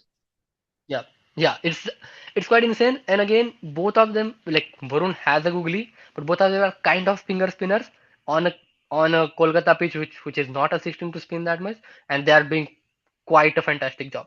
And it's very difficult to play, as he said, that best attacking and best defensive spinner ever. So yeah, that is quite exciting. And if you go to Death Overs, they have done a decent job there, in my opinion. Like they have got Pathirana and Mustafizur. Again, both of them are quite death over bowlers. Like last year, they did so well with Harshit Rana and Vaibhav Arora. With Harshit, he is a wicket taker. He's like a better version of someone like Thakur, let's say, because he takes wickets. But again, just like Thakur, he sprays a lot, he gets hit a lot, and I don't think that is changing in near future because we have seen him for India. There are still those issues, but he's quite a good wicket taker. Also, they are losing their Russell, who was a main wicket taker, one of those wicket taker in death. But again, because of Cameron Green, I think Narayan and Varun will have more say in death overs. So yeah, and if Pathirana comes good, then they are unbeatable. Like if Pathirana, like without Pathirana, they are this good, and with Pathirana, yeah, they'll be well, yeah, they will do wonders. Right. So I do hope like Varun bowls a lot more in the death, right? If it is just going to be Vaibhav Arora and Harshit Rana, like I'm kind of worried if they'll be able to recreate the death Hmm. overs again. So you either need Patirana to be, his god level again, or you Yeah, need like Varun to more, to bowl more at the death. Like I'm kind of a bit worried whether how they can recreate this. yeah, same thing. Uh, I also think that they will go towards the Varun side. Yeah, right? And if you want to quickly run over their playing 11, playing yeah. 12, and say if you're like happy, sad, or meh. So they do have options. So here I've written down playing 12 with Finn Allen opening. They don't have to. They can play Ajinkya Rahane up top, and then use Roman Powell at the bottom. Hmm. So they have an option to do that. I have written Matisha Patirana as like as the international pacer. They had Mitchell Stark in their winning team, right? And then he would bowl overs in the power play. They do not have to use Patirana that way, use him in the middle and the death, and then rely on their Harshit Vaibhav combination and Varun combination that worked last year. And if Matisha does not come good, they still have the left arm off break bowler at pace, Mustafizur Rahman, who can come in. And once again, if Fizz has to bowl overs, I'll be like slightly worried. Like he's a full bowler, I know, but like having a good bowling lineup around him is quite exciting. My only worry is, they do rely quite a bit on Ramandeep, Anukul, and hope Angrish Raghuvanshi has another season. So that Hmm. is my worry. But yeah, let me know. Yes, no, meh. So with me, I think your worry is quite valid, but again, they are doing great on their backups. Like Finn Allen, they have a backup in Team Seifert. If I don't know Hmm. you are following BBL or not, but he has set BBL on fire. Team Seifert is doing quite well there. And again, they have Umran Malik. We don't know how fit he is, but if he is fit, again you get a middle over proper enforcer in Umran Malik. Like Umran Malik, Cam Green can be middle over enforcers, and again they like you can really use Varun as a death over bowler. So again, they have like great backups. Again, they have backup for Rahane and Rahul Tripathi. So and backup for your Pathirana and Mustafizur. So they are very good on backups. But yeah, I agree with your point. They rely too like heavily on Anukul Roy and Angrik Raghuvanshi. So that is the only downside. I'll say I'll be like in between for them because of that point. Yeah. I think the biggest takeaway from all our rosters is the fact that we have an official roster going on for each team. That's what you get from going for cheap production value with ChatGPT. But yeah. Yeah, last minute roster preparations. All right. That wraps up Kolkata. Yeah, Who's the next team? Is it Lucknow? I think so. It's Lucknow. Yeah, The, great. Let's yeah, go Lucknow. I think Lucknow, Lucknow wants only like four players to play. If cricket was a four-player team, four-player game, so yeah, Lucknow will do great. Hmm. exactly. And the story for Lucknow is like really interesting. They just if you look at the power play balls per wicket, it kind of just means like they just don't lose wickets up top, and they somehow managed to get that out of Mitchell Marsh. So they had Mitchell Marsh and Aiden Makram going not so gung ho because they're actually scoring slower than the league average. But no, that's like really curious. I don't think they're going to get that kind of a season out of Mitchell Marsh again. One is because like he's probably more of an attacking batter anyways, and the second is yeah, good luck putting Mitchell Marsh on the ground for 14 consecutive games. And yeah, like all the wickets that they do not lose in the power play, they get it back in the middle overs. Like just look at how ridiculously good they are in the middle overs. And it's not as if they're losing wickets there either, right? Like they do have people who bat all the way through. They had Nicholas Puran who was really good. He's probably like the spin hitter in the IPL, right? Like alongside Klassen and Rajat Patidar. So they were really good there. They do regress quite a bit towards the death. So somehow they feel like Gujarat Titans light. They also have like exactly a very similar pattern of doing really good in the power play and then capitalizing on the starts in the power play in the middle overs, but somehow just refusing to score runs in the death. So tell me, Atharva, once again, can this be recreated? Do they want to recreate this? Uh, yeah. They want to recreate this. There is no other way. Like they are going to well because like without recreating this, because I'll come to this in the end, but they haven't solved their issues in my opinion, like that well. The batting issues, like there are no batting issues because like batting issues were not there because the top four were batting so well. But again, as you told, recreating the Mitchell Marsh form and everything, it's quite hard. Again, Mitchell Marsh playing all the games is very difficult. But Yeah, again, but to be fair to them, Rishabh Pant was very like he had the worst season last year. So again, there will be some regression and he'll be good and Mitchell Marsh will be slightly worse off than last year. So on an average, they will have a good season.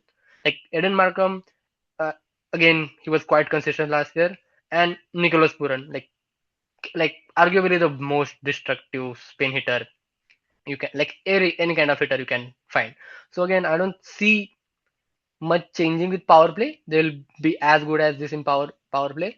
And with again with middle overs, I don't have any big concerns with middle overs because like they have Ayush Badoni who is kind of an anchor, but again he's not that slow. He's a good anchor. Again, they will hope that Rishabh Pant at number three comes good and he does well. And Nicholas Puran is yeah, he's doing well. The biggest worry could be they are heavily dependent on Abdul Samad, and I don't know his recent form, but yeah, Abdul Samad they are heavily dependent on him. They didn't get any good quality international player in at number five or six. Again, this is right? one So of they the had David Miller last year, right? Like hmm, who did not really do much in the death, but he was like quite decent in the middle overs. Like I think he was playing kind of an anchoring role. anchor They role. don't Yeah, have the replacement to that this year, and a yeah. lot of it also came from Mitchell Marsh, right? Like look at the volume of runs that he scored in the middle.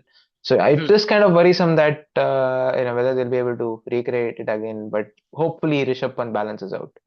Yeah, in death overs last year, like Nicholas Puran came good for them, and again, as you told, like Mitchell Marsh played every time, most of the times he played till the death overs. Like he got out in the death over, but he played till that, and Badoni got set in mid overs and went bonkers in the end.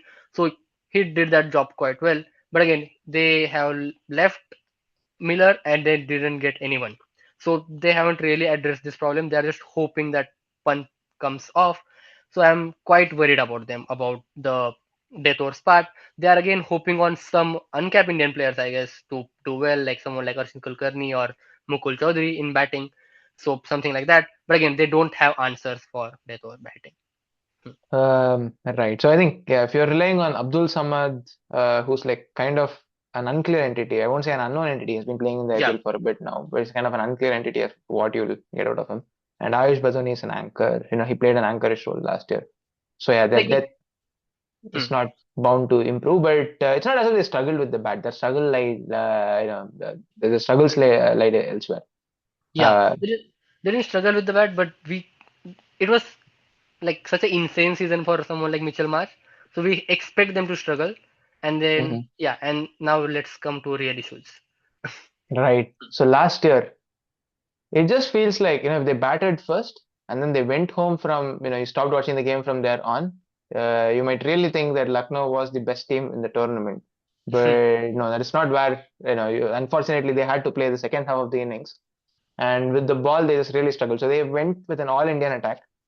That might be shaky to begin with, but they also had like a bunch of injuries going on here, going on there, and stuff. Their bowling attack went at 10.7 runs in the power play, and they were not good at taking wickets either. They took a wicket every 28 balls, so they really really struggled all the way. They were the worst team again. They were not far off from the average, but they were still the worst team. They were going at point 0.5 runs over more than the average. And finally, in the death, if you look at them, they are the third most expensive side in the tournament.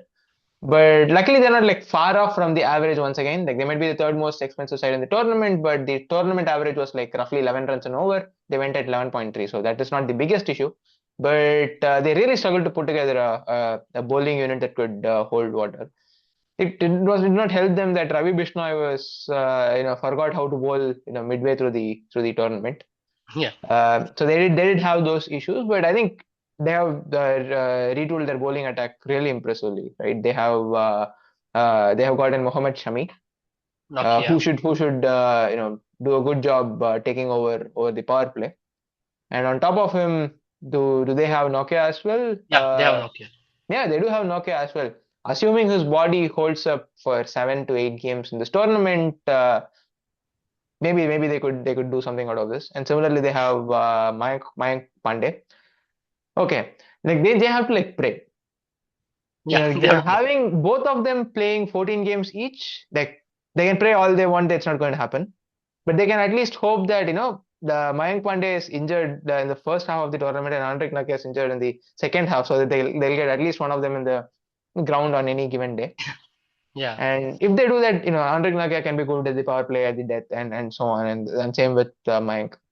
Avesh is a really good death option. So bowling Shami up front, Avesh down should be good. I think they've done a good job at retooling. They also have Digvesh Rathi, who was really good last year, and hopefully he has a good season again. And yeah, and of course the part-time nonsense of Aiden Makram. yeah. With Digvesh Rathi, I hope for a good season and many controversies. It's a fun thing to follow with him.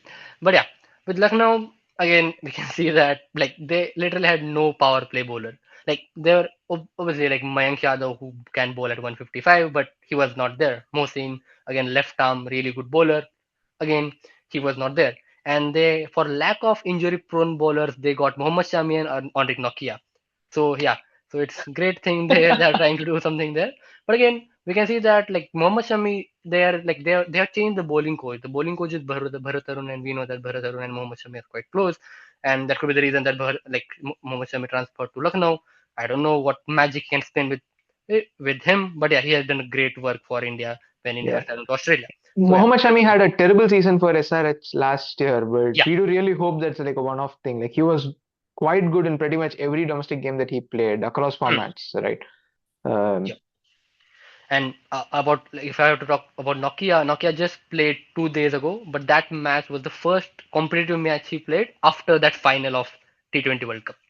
So now you oh, know okay. like how much like we don't know about anything about Nokia. Like anything can happen, but they have tried addressing that bowling in power play by taking like Mohammad Shami and Nokia, like both are wicket takers. Yeah, like it's a very hit and miss kind of a bowling attack. If Mayank Yadav comes good, then everything is great. Again, yeah. Now in middle overs, the real problem was with a guy who is not here because they have traded him, not traded, they have released him, like Bishnoi. They thought that the whole idea was that Digvesh Rathi will play a second fiddle to Bishnoi, but everything changed as season started. Digvesh Rathi came out to be one of the finds of the season for them, and Bishnoi became as like Bishnoi was not able to take wickets. He was not able to contain them, so that was slightly bad part. But also they didn't address that part. They didn't take any spinner. They have gone full into the fast bowlers. So yeah, Digvesh Rathi is kind of a lone spinner they have right now. But again, with him they used to have Shardul Thakur and Prince Yadav. So, but now they will have Mohammad Shami and Certainly, Nokia. if you are bowling So Shardul yeah, Thakur and Prince Yadav, through the middle and death overs, I think you are supposed to struggle there, right? sure, yeah. And again, for again, I think I don't want to repeat my points again, but same thing for death overs. Like Shami is not a death over bowler, as we know. Like he's kind of a power play and middle overs bowler, and I think death overs are covered by Avesh and Nokia. Like if they can come good, and again, Digvesh Rathi being a mystery spinner, he can also contribute few overs to the That's death a good overs. thing So about the IPL last year consistently, right? Like we had a lot of spinners taking up, yeah, bowling in the death overs. So somehow it just felt like, you have the Tim Davids, MS Dhoni's, Dinesh Karthik's, Andrew Russells, like there was a scrap of Jadeja's. players. Oh yeah, exactly. It's like, they're really good at hitting pace, but they're just not used to playing spin as well. Hmm. And I think it was just a matter of time before teams finally started bowling spin at the end and then like, making use Yeah, of this skill arbitrage. And yeah, yeah. Digvesh Rathi, Varun Chakravarti, Chahal, when we look at Punjab, those are Punjab. like, it's a really nice change that happened in the IPL last year.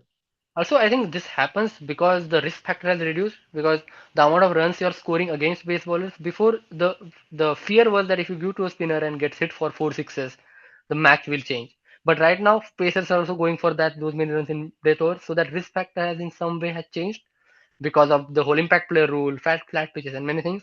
So teams are more prone to taking risks. So yeah, we'll we'll hope that we'll see that again. All right, let's look at their playing 12 and options that they have. Yeah, And please you share. got to tell me if they're yes, no, or meh. I think I know. Here we go. So their top four is, well, as good as any top four can get. Mitchell Yeah, Marsh, Aiden Markram, Rishabh Pant, and Nicholas Puran.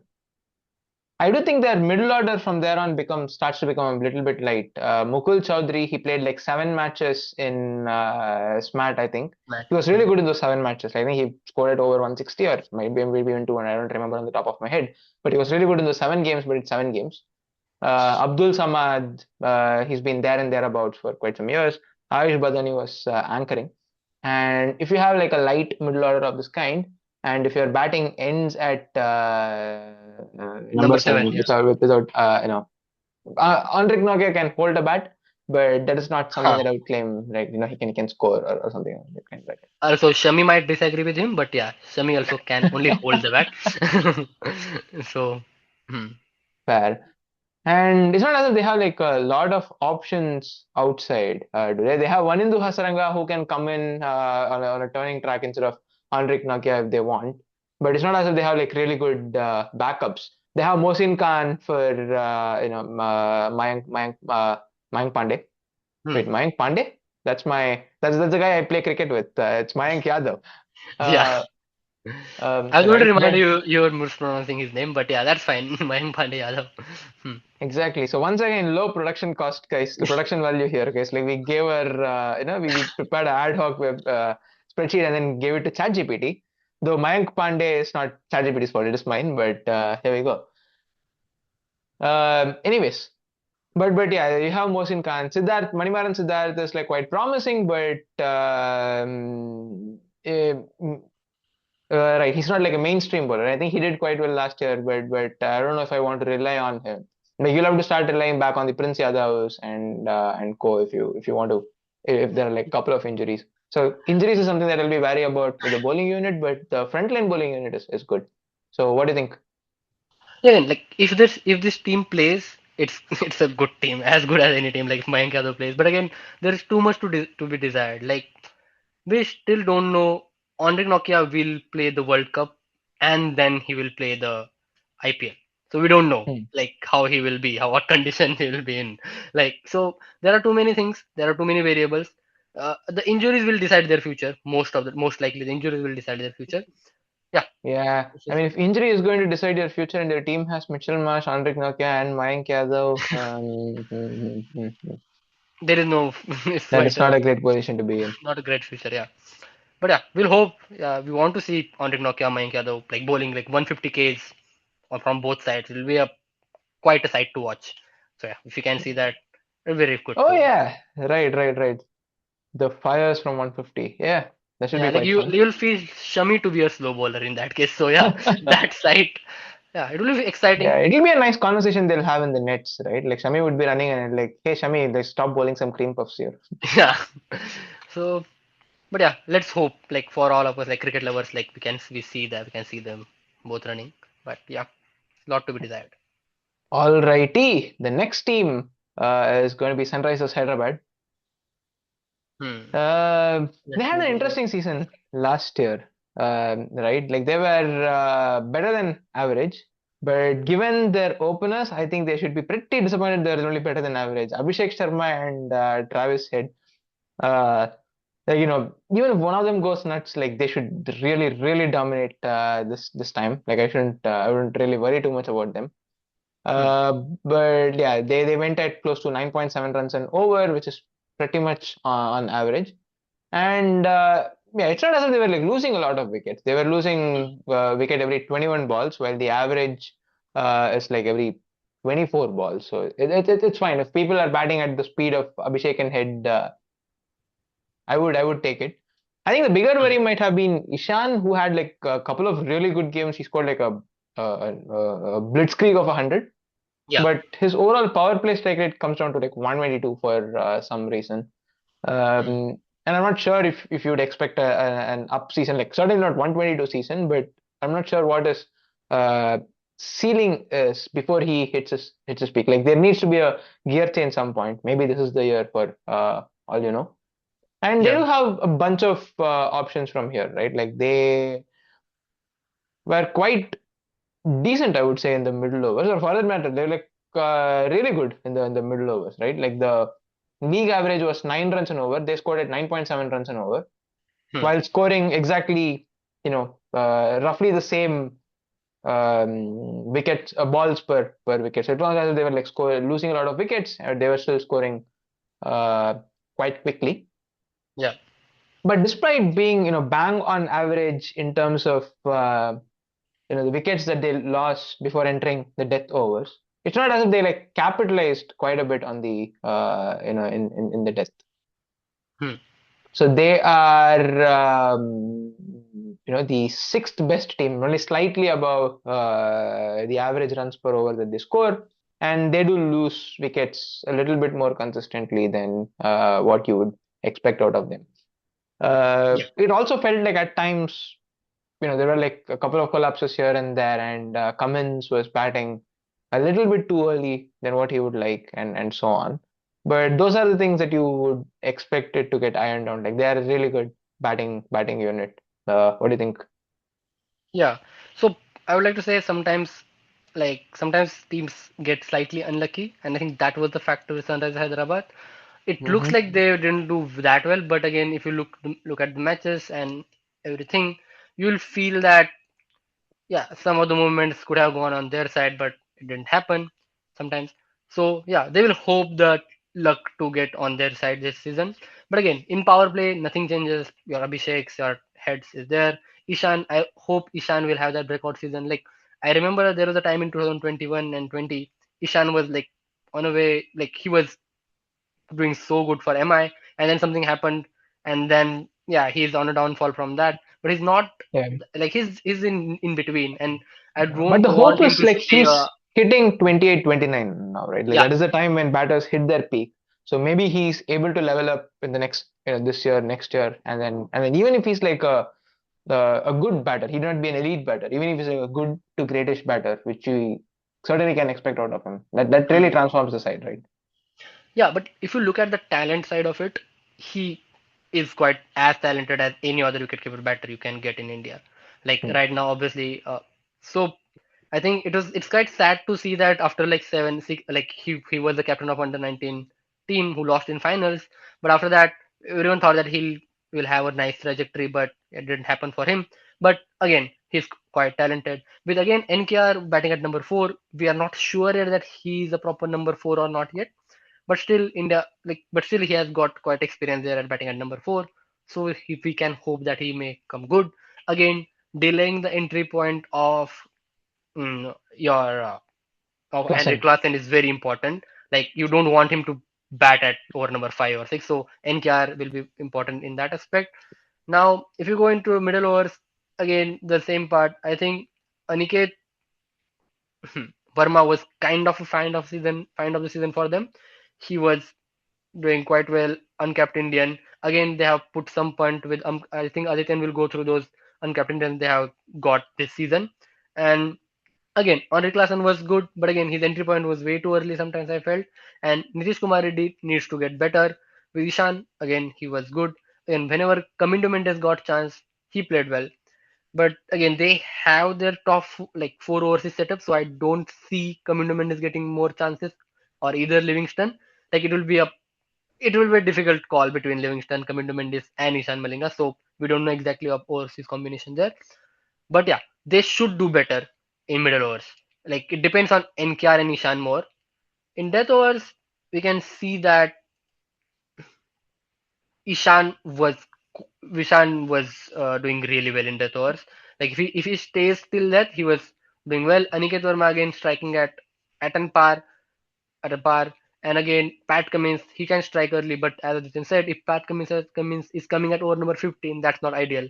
If Pat Cummins is batting in last 2 overs, that's the best case scenario you can get.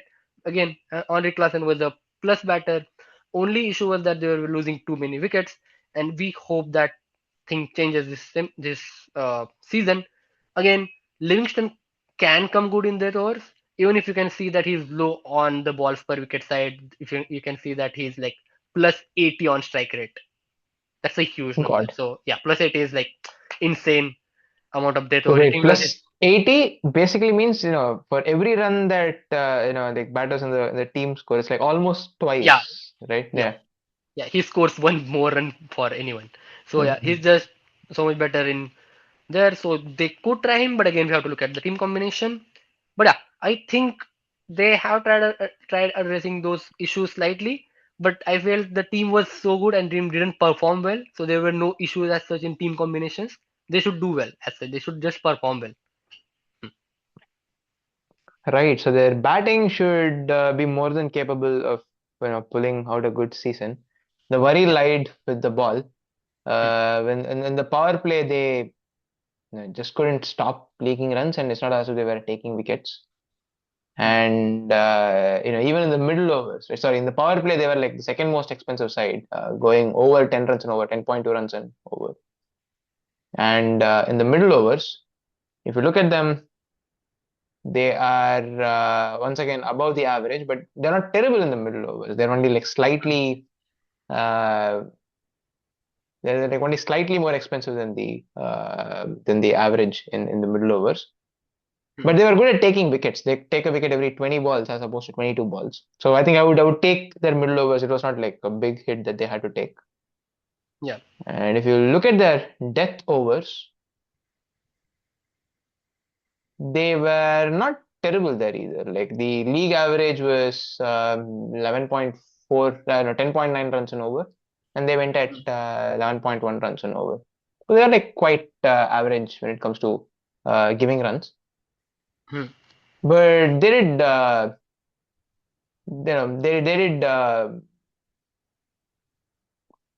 take wickets at a really good rate, right? So the league average was like 11 balls per wicket. They take a wicket every 9.8 balls, and Yeah. they were like the top of the second best team in terms of taking wickets in the death overs. The best team is obvious when you talk about it, but they were the second best team when it comes to taking wickets in the death. Hmm. So what do you think? It kind of feels like a worry, right? Like I would say overall they struggled quite a bit with the ball in hand, but it's not Hmm. as if they have upgraded their bowling at all, are they? They haven't done much. Like they have tried some things here and there, but yeah. So with the way SRH formula works is that we'll score 230 runs and we'll give 210 runs. It's like that. So they are not trying to take wickets. They are mostly a defensive attack. Again, it's quite ironical that they took so many wickets, but I'll still say they are mostly a defensive bowling attack. They don't have an attacking bowler. Like you can see their fast bowlers are Unadkat, Harshal Patel, Pat Cummins, and Isan Malinga. They are all defensive bowlers, and they had only one attacking bowler who was Shami, and who was not good for them in the power play at all, and or death overs or middle overs that last season, so they left him. And Uh, he's not coming back either this time. yeah, he's not coming back there. So And Jaydev Unadkat did well for them in power play, but again, it's quite weird to hear that Jaydev Unadkat did well in power play. So I see regression there. But again, by but then they have Shivam Mavi, and I'm hearing that he's bowling well. He's also batting now. So again, Shivam Mavi is a kind of a swing bowler, primarily an in-swing bowler. So swing bowlers do work in power play. So they will hope more on Shivam Dube. But again, they have a very defensive bowling attack. You can see in the middle overs they did quite well, like in case of not giving runs and also taking wickets, but they did well on the with the help of Pat and Ishan Malinga and Unat and Pat and Ishan Malinga mainly. So there were like middle over enforcers, fast bowlers. Zishan Asari didn't do that well, and also the Rahul Chahar they had, he also didn't do that well, and they have left him now. So the spinner side of it didn't work out, and they have moved past it. I think they don't think spinners work on Hyderabad track. It's very, it's not that a big of a ground. It's a, like you can hit a step, hit sixes.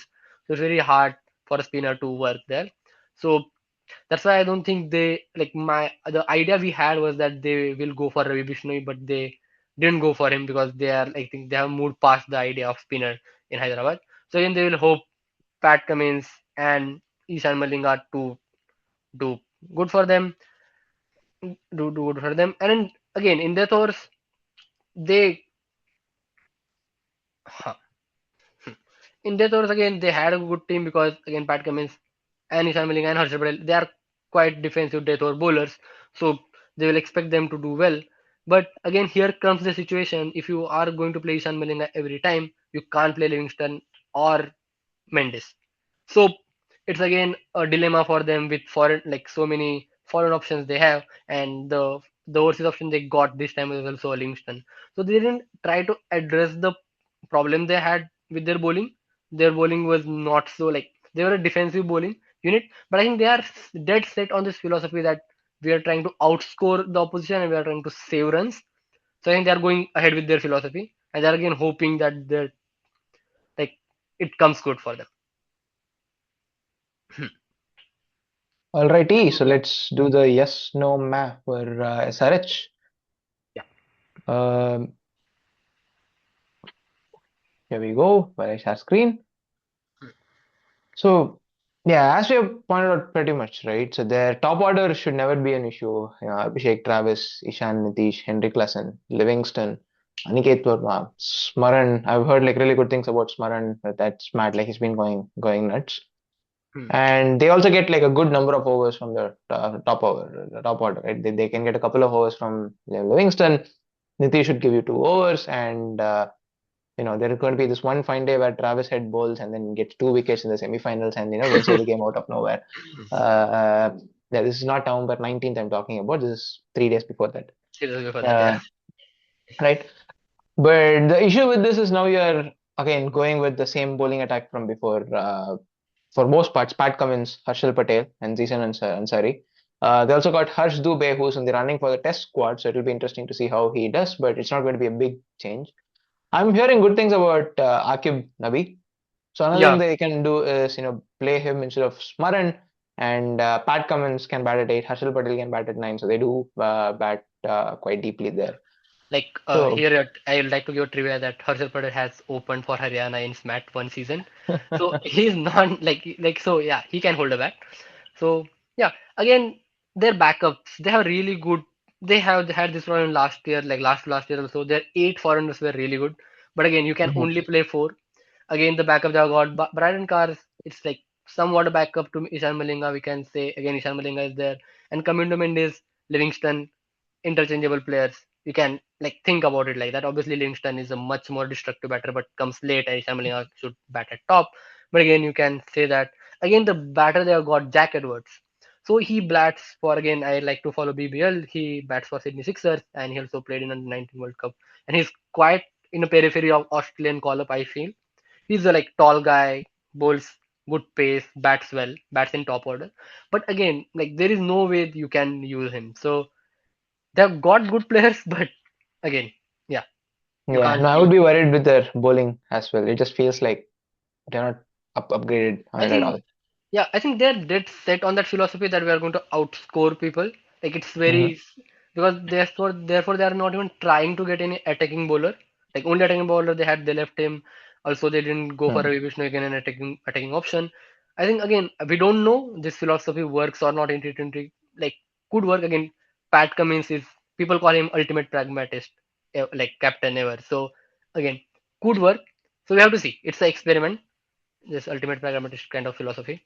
So That's yeah. true. I mean, if you're going with defensive bowlers, right? Like even if you have somebody like, oh no, you can't get somebody from the level of Matisha Patirana for every bowler that you are bowling. But if you're talking about, like some better bowlers of this kind, like somebody who can take the power play for you. Now it just feels like they are out of power play options and things like those. So that might be an issue. Yeah, But like their their batting hope. should, you know, Hmm. like you should expect them to, score 284 and then concede 265 every game. Yeah, yeah. So their hopes are tied on the guy who hasn't played IPL in last 3 years, who has been injured out of those 2 years in those 3 years, like Mavi, and Hmm. there are like too many variables. But whatever their philosophy is, we have to see. We have to wait and watch. Like I haven't seen anyone going this far with this philosophy of going hard on batting and so much defensive on bowling. We have to see. All right. Now to our next team, we have Delhi Capitals, Yeah. and Let me do some they Googling. are a really interesting team in how they batted last time. They Yeah. were trying to outcompete Chennai Super Kings in struggling in the power play. They were like the difference between Chennai's and Delhi's power play and run rate is like in like 0.06. Right? They were like that slow, I think I can see and that here. yeah, and Points they are so were close for you. they were losing wickets at a very similar rate to Chennai as well. Chennai lost a wicket every 17 balls, and Delhi would lose a wicket every 18 balls. And part like they also had this big merry-go-round of openers. Like Rahul was batting down, and then he came up. Faf du Plessis was in and out. Jake Fraser McGurk, like 2 years back, he was the find of the season, and last year, well, people had to go find him. Right? They had like a bunch of these issues in the top. But despite that, right, like they do recover quite well, Yeah. surprisingly. Um, right, like they are slower than average in the middle overs. Oh no, they actually beat. No, they're slower than average in the middle overs, but they do recover quite well. They don't lose wickets at all through the middle, which kind of gives them a boost for the death. They do have the likes of Tristan Stubbs, um, Axar would bat through the death. They do have some good options, Mhm. and if you look at their death bowling options, they were the fourth best team.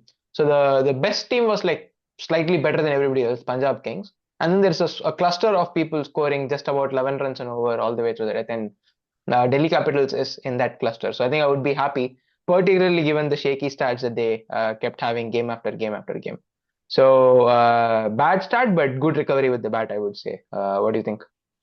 Yeah, I think you're right. Like, I think Delhi Capitals should feel lucky that where they ended up with the kind of start they had. Like, you can just see, right? They ended up at number five, I guess, and Chennai Hmm. Super King, who had like quite similar start for them, were bottom of the table. So that was a insane recovery they had. So you can directly see that the batting power play figures, like you have Rahul, you had Rahul. Now you will have Rahul at open because like they have they have done away with the Jeff Furthermark and Fab du Plessis. Again, you will have Abhishek Porel who batted by the end of the season. He batted in the top of the order. He did quite well. I think one trade goes under the radar is Nitish Rana trade. It has been one of the best trades in the IPL, like this IPL. True, Like he's really good at taking on spin, isn't he? yeah, he's really good at taking down spin. And the thing is that the glamorous trade from CSK to RR was quite well covered off. But Nitish Rana trade, I think, is one of the best trades you can do. Really value for money kind of trade. Because last year I Yeah. remember Akshar Patel was going to get like batting at power play. With Akshar Patel, the issue is that he can hit good sixes, but he is not a batter. And the one like property that being not a batter is that not able to find singles, and that was his issue batting in power play. That he was able to hit the ball, hit the fours and sixes, but was not able to rotate the strike. So I think Nitish Rana coming at four is huge upgrade from Akshar Patel coming at four. So yeah, power play. Now let's Yeah. go to the They also recovery got Ben part. Duckett for the power play, Yeah, by the way, right? yeah, So yeah. that's They like a have a really Bentaket good now. upgrade there. Yeah. Also, Bentaket can play spin well. Delhi is a spinning track. Also, they got Pathun Nisanka. I think you'll like it, you being a Sri Lanka fan. Like Pathun Oh Nisanka, yeah. Right. Like like he's like on track to be the ultimate anchor, right? He's probably not on the yeah, Shubman Gill ultimate anchor level, but he strikes at 140 being an anchor. So yeah. He could yeah, become I'm that. quite happy with that. Yeah. Yeah. And now let's look at the part where they recovered. So just give me a minute. Yeah. Hmm. Delhi Capitals.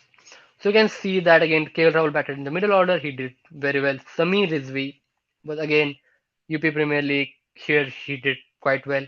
I think two three guys which do well again they are Viparaj Nigam, Ashutosh Sharma, and Tristan Stubbs. You don't see them striking very hard in the middle overs because they are trying to set up a base because they have lost so many wickets in the power play. They're setting a base and they will explode in the end. Like Stubbs, Ashutosh, and Vipraj Nigam were like killing it in the end. You can see Ashutosh is still like Ashutosh and Stubbs both are batting like below relative strikers are quite low. You'll feel that they are batting slow, but no. Once we go to death overs, you'll realize that how they are recovering that part. And Vipraj Nigam was again a plus batter both times. I think KL Rahul again scored bulk of runs. So let's go to the death overs. Uh, let me. Yeah. Now here comes the great part. Tristan Stubbs Yeah. batting at plus 11 strike rate and his balls per wicket was plus 75. So he was not getting out and plus 11 not in the IPL normally the death over strike rate is close to 200. So batting at strike rate of 200 without getting out like plus 75 was there. Samir Rizvi batting at plus 50 and Wow. Okay. again he's doing pretty well in like relative balls per wicket plus batter there. Again, Ashutosh Sharma. Ashutosh Again, Sharma or Smashitosh Sharma, as people like to Ashutosh call him. Sharma. Yeah, Ashutosh Sharma again doing quite well. Akshar Patel again plus on strike rate. In the like they And did Vipraj is very also well good, in right? You get 2 overs from him anyways, and he can hold a bat at number 8. So hold that. I'll be Like happy not to just have hold the him. bat. Like I think he scored some 50 runs like somewhere also. Like he can Oh bat for yeah, longer duration. more than hold a More bat. than Yeah, more than sorry. hold the bat. Yeah. Like because this people have to remember that this zero line is of a 200 line. It's not a zero. So everyone is batting above 200 for them. Like only guys who are not batting above 200 like Kuldeep Yadav, Mitchell Stark, which you don't hope.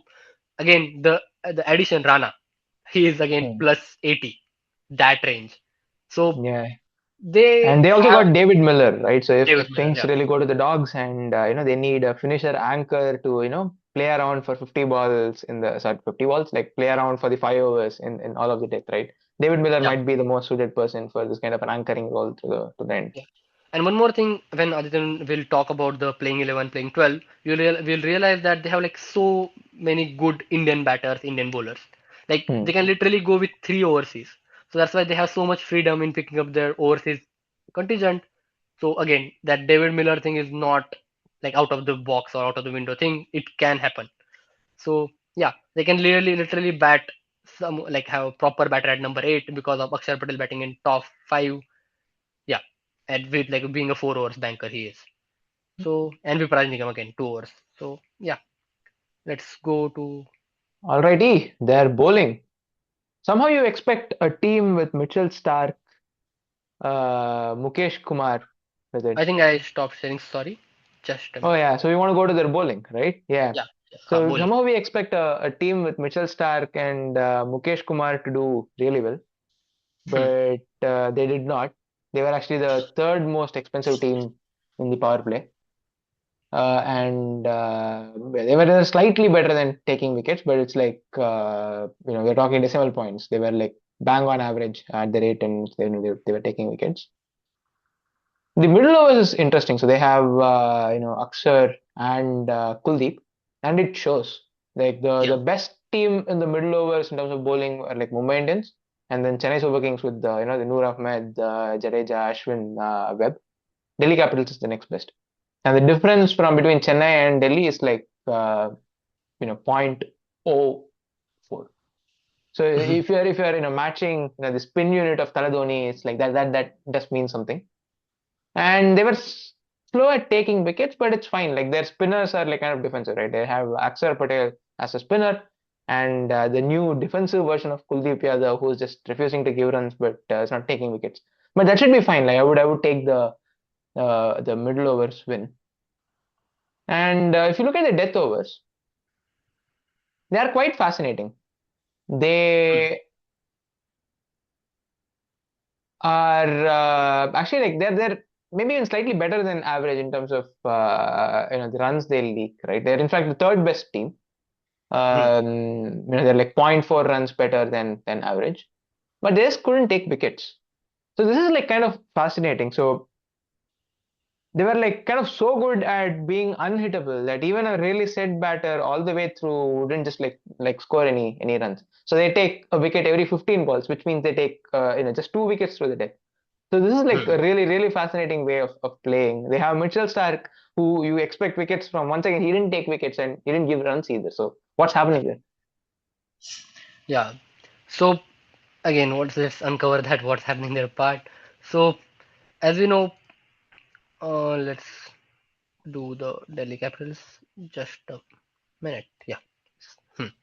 So with Delhi Capitals, you can see that in power play, Mitchell Stark is like he's on economy +2, but and on a but on a strike rate he's just as like just an average bowler.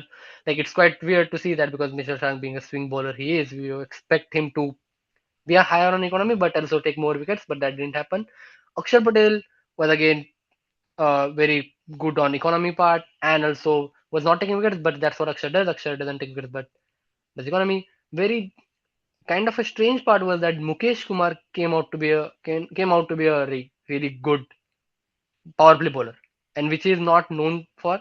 So again, I expect some regression there, but again, I expect Stark to bet slightly better. That could also happen, but we have seen last two Yeah, seasons with that Mitchell Stark, it just feels like you don't know what you're getting out of yeah, him, right? Like for KKR in the winning season, he really struggled all the way through the tournament before last two he matches, turned the game in the last two games. yeah, Well, it just feels like trademark Stark, isn't it? Like if I come the finals, there's a Yorker that just gets you a wicket yeah. in the first So over. that's the one thing. We can't drop Stark. That's why you can't drop Stark. You play Stark. It's like a Gale version where you can't drop Gale. You just play him for 14 matches. You see what anything can happen. So that's why you can't drop Stark. Again, they got NGD in auction. I don't think he's going to play. Like they have Chamira. So, but again, could be a backup. And again, NGD could be that power play bowler which you want. Again, so now we can look at their middle overs. So in middle overs, you can see that Mitchell Stark, but he has bowled quite low. But again, you can see this big bulge of Kuldeep. Like he is not again Kuldeep. The if I hear Kuldeep, one thing I remember is like wicket taking capability. But he is doing quite opposite to that. He's not. He's striking as an average bowler, but he's refusing to get hit. And if you listen, like if you Right. tell The that to anyone like 3 years swing ago, is also very fascinating, right? Like he hmm, was close to that Varun Chakravarti, Noor Ahmed level of taking wickets, and then yeah, from there he went all the way to the Sunil Narayan level of not giving runs. not giving runs, yeah, not giving Right? runs. He's like, I'm going to be elite either here or I'm going to be here. There's no middle ground. No, yeah. Like, I still remember when he was in KKR, he was like proper wicket-taking option. I still remember that match when like he got hit by Moeen Ali, and then the dark period came in his life for 1 or 2 years, and he came out of it and became a mid wicket taker, and now he's a really good economic bowler. So yeah, he is exploding rot. Again, you can have a look at Akshar Patel.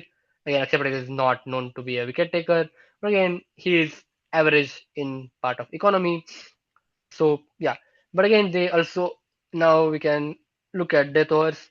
So in death overs, if you remember, Mitchell Stark had a great season in death overs. Like there was a match against Rajasthan Royals versus Delhi. Again, Rajasthan fans will kill me for that for mentioning that match, where he like their 10 runs were required and Mitchell Stark came out of nowhere and then there was a super over and then Rajasthan lost that match. So Mitchell Stark was quite good at that over. But again, I don't know that regression could happen or not. We can't comment anything about Mitchell Marsh. Mukesh Kumar was really bad at that over. But again, I feel there will be some regression. There will be something change because Mukesh Kumar is quite known for his middle overs and death overs. Not much of a power play. But yeah, that was quite a opposite last year.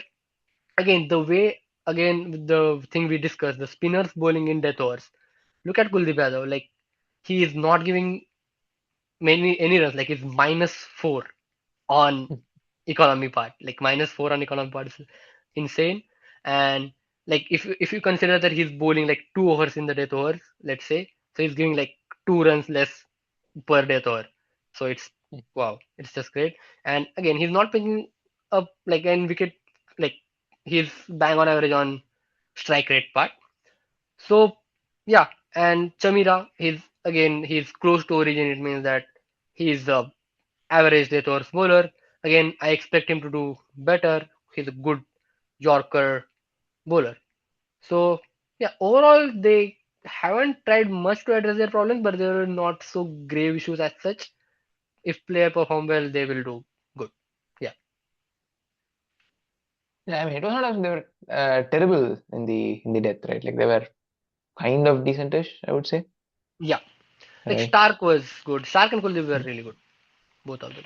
Like like in that one guy is not here. The issue that Mohit Sharma and Mukesh Kumar leaked huge amount of runs, so that was the issue at that time. Hmm. But yeah, Mohit Sharma is not there, and Mukesh, I expect him to get better. All right. So time for going over their playing 12. Yeah, I think I do like their team. Like this time I'm not going to ask you for yeah, nah, or ma. yeah, Right. So okay. That said, let's go over them. I think they have certainly addressed the top order problem. They have KL Rahul, and hopefully KL Rahul bats, at the 145, 150 at least, and not the, yeah, you know, yeah. I don't the want strike rate to is overrated. KL overrated Rahul. that. I don't want to hear that press conference again. I don't think that will happen. Yeah, Yeah. But he does have a good cast around it, right? Like he has Ben Duckett who'll be aggressive, Abhishek Porel who'll be aggressive, Nitish Rana, he's going to take down spin. Akshar Patel can take down spin. yeah, Stubbs, and then they have David Miller as a backup, Ashutosh Sharma, Vipraj Nigam, and then fast bowling they have like Mitchell Stark, Dushmantha Chamira, and they can bring in Kyle Jamieson if they want, Lungi Ngidi if they want. They have Mukesh Kumar, Kuldeep Yadav. No, this is like a really yeah. solid side. They also have Oh yeah, Samir Rizvi on the outside this team. Whatever you can get out of Karun Nair, maybe even start with Karun Nair and replace him with Abhishek Porel if that doesn't work. Samir Rizvi is outside. I think this is a really solid squad. it's slightly unfair on Samir is where I feel sometimes when we made this squad. Like he was so good, but yeah, it's a really solid squad. Yeah, like I don't see like any reason they not qualify. They are not going to qualify this season. I actually last season also I felt that way. Like they won so many matches at start and then they gone into this losing streak. So we Hmm. expect them not to lose that. So yeah, All right, that's about into the the great team. semifinalists for from the last season. So we look at Gujarat Titans, which their story was so fascinating. Like Yeah, if there was a way to just keep batting all the way through, like the first 15 overs, losing just a wicket or two, Gujarat mastered it. Right? They were not ridiculously quick in the power play. They were like the third slowest team for that matter. But just look at how many wickets they lost, right? They had Shubman Gill, Sai Sudarshan, and Josh Butler bat all the way through. I think mm, Sai Sudarshan averaged like 134 in the power play. He just didn't get out. Shubman Gill was averaging a mere 47 in comparison, but like 47 at a strike rate of 146 is just ridiculous. And then Josh Butler, yeah, right? And then this kind of continued. So one of the two openers would get out in the power play, and then the other would just bat through. So this once again, if you remember the Lucknow Super Giants pattern that I was saying, right? Like this reflects with the ball. Once again, Lucknow would not score as quickly in the power play, and then they would really cash in on the middle overs, and they would just go nuts. And then mm, somehow they would just not capitalize on all the wickets that they did not lose towards the end. They had like Shah Rukh Khan, Rahul Tewatia. They had like a bunch of people who could have done that, but they were not as good towards the end. They were slightly below yeah. par in that sense. And by the way, like I'll go into it in a bit more detail soon. But once again, like their bowling also matched very, very like they were like super luck now. So it just felt like there Mm. were two Gujarat teams that were playing Gujarat A and Gujarat B. I'm being unfair to Lucknow, but it was the style there. So I just like to correct you. It was not Gujarat B, it was Gujarat D or E, something like that. There's a lot of difference there. But yeah. Uh, okay, let's go over their batting. There's nothing. There will be only three names will be there, most likely. There won't be anything much. Yeah, as expected. There are only three names. Sai Sudarshan, Shubman Gill, Josh Butler. Obviously, both like all three of them are slightly negative on the strike rate. Josh Butler is slightly negative because he comes in like even if like there are rare occasions when he bats in power play, and even if he bats, he's batting like he's trying to get in, he's trying to get set and everything. So, but yeah, they tried to save wickets. Only three batters better for them in the power play. I think yeah, and then we see the results in the middle overs where they're the highest scoring team in the middle overs. So let's directly move on to the middle overs. You can see in the middle overs again, every guy, Josh Butler, Shah Rukh Khan, Shubman Gill, they are like plus 30s, plus 20s on the balls per wicket part. And again, which striker also, Shubman Gill is at plus 12, but Butler is 15, and Shah Rukh being at plus, wow, what is it, 30. So three batter being in plus, and Sai Sudarshan, he is again bang on average, average being close to 170, 180. And Washington Sundar had a not so good year like that time here. Now one guy missing here. His name is Rutherford. He had fantastic season that year. He was striking at 152, like in the death over and in I think in the middle over again striking at 170s or 180s. So and he didn't get out in middle over. Like his average was infinite or something like that because he didn't get out. So Yeah. that was the So thing with Gujarat made a trade for him for a pack of cigarettes, didn't pack they? of cigarettes. Like I still don't get this Gujarat Mumbai trades sometimes. Like first Hardik, now Rutherford. Okay, we don't want to. I don't want my channel to get banned, so let's just let's just focus on what we have in our hands. The middle overs part again. That's the thing. Rutherford is missing here, but they did quite well. And then here comes the death over part. The only issue with which we had with their death overs was that they were not able to like hold on to their wickets. Like people were getting out. Again, if Butler and Shubman Gill stays, they were doing well. But their proper death over batters like Rahul Tewatia, Washington Sundar, let's call Rashid Khan, Shah Rukh Khan, everyone is negative on the balls per wicket ratio. So that was one of the worrying signs that's why they were like building up so much for the death over and they are not able to get the fruits of that. But yeah, we expect them to get better. But there are still issues with them. There are still issues which we don't know, which we can't see here. Is that like Shah Rukh Khan is having troubles in getting into Tamil Nadu's mat team. Like he is in such a bad form. We don't know anything about Rahul Tewatia. I don't think he has played much cricket from a long time. And again, their best batter in middle overs and death overs. Therefore, they had traded him to Gujarat, to Mumbai. So they have got Glenn Phillips. I think they will go Washington, so they're at number four. But again, there are too many questions to answer for them. Hmm. Right.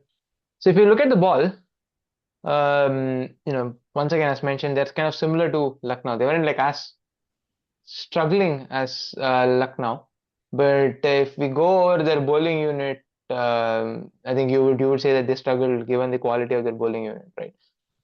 They were below average in terms of economy. They did not take wickets as well. And they had Prasidh Krishna, but who ended up with the purple cap, but he didn't bowl in the power play much. And they Hmm. have been like below average all the way through, right? And this is despite having Rashid Khan, who was really struggling last year. And they did Hmm. manage to get a good season out of Sai Kishore. And Prashid was decent in the middle before, he was just on a flyer towards the death. They did have Siraj, but somehow it just feels like it was just like sad that they ended up with a slightly below par bowling year. They did not have Rabada for most parts in the year, so you should expect them to become better. But just going by pure numbers, Rabada has not been a really good T20 bowler in like he's been like bang on average in almost every phase of the game. So I don't know how much that is going to help them. But given that they have Prashid Siraj, I do hope that they improve. What do you think about it, Azrul? Yeah, I think They should improve, but again, you're quite right about the Rabada part that he hasn't been traditionally hasn't been a really good T20 bowler. But yeah, like he is like like at the end of the day, he's a good wicket taker. So just let me just find the Gujarat Titans here. Huh. So you can see that Kagiso Rabada, he was expensive also and not taking wickets last season. Again, he was quite injured. Like Prasidh Krishna had a purple cap as he said, but he did his most of his work in middle overs and death overs. Mohammad Siraj was good on the economy scale, also on strike rate, he was bang on average. Rashid Khan was good in power play, but again he rarely balls in power play. Like this will be like he'll like these are only 18 balls, so 3 overs in whole season. So yeah, it's not we shouldn't go by these stats. They liked Arshad Khan last year, so they could put more responsibility on him, but they he got in team because like Rabada got Well, I injured. wasn't around, right? Yeah, I Rabada was don't not think there, you have so place for him this year. yeah, Yeah. this year or they can give him some role, something we have to see what happens. Again, now in middle overs, if you see, you'll see Rashid struggling, and you can see that Rashid being in like first quadrant, which is worse for this graph. You should hope to get into the third quadrant, and like people are not there in the third quadrant. You can see Prasidh Krishna. Like he's highly economical and also taking wickets on average.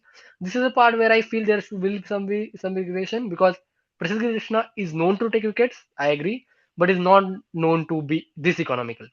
So again, I feel Prasidh Krishna will take wickets, but the economy could go for a toss, but we don't know exactly. Sai Kishore again was wicket taker, and again he was quite on an average on quite an average bowler. Washington Sundar, there is a very less sample size because he didn't get much chance to play. Now Rutherford not being there, Washington Sundar to bat at four. I think we'll see more of Washington Sundar, but him being a defensive bowler, I don't see them taking many wickets in middle overs except for Prasidh. And if Rashid Khan comes back in, like we have to know one thing about Rashid Khan is that he does have a injury. He has an injury prone body. He has back issues.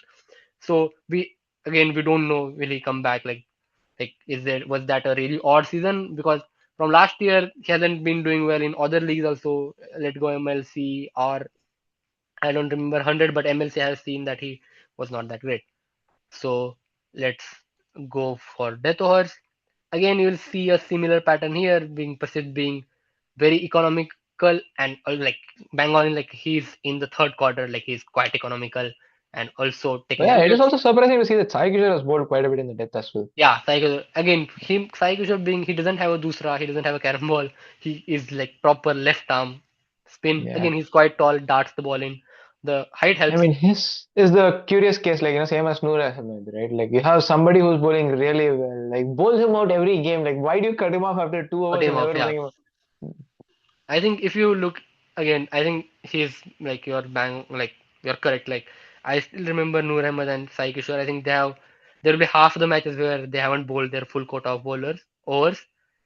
I don't know like what were the captains are thinking. Again, Hmm. Mohammad Siraj was again quite like his average in the death overs, which is good. Like Siraj sometimes gets expensive. So again, I I don't know how like what will pan out again for next year. Rabada, he was injured, he will come back, but again, Rabada is not known for his like he can bowl good Yorkers and everything, but again, he's more of a wicket taking option. So, hmm, I mean, to be it's not, fair, it's not as if like they had a great season with the ball, except for maybe Prashid Krishna, right? So if they yeah, have a good season from Rabada, but they had like slightly regressed but good season from Prashid, for example, like you don't expect them to go really on the bad side. I think they performed close to what you expected with the ball in hand.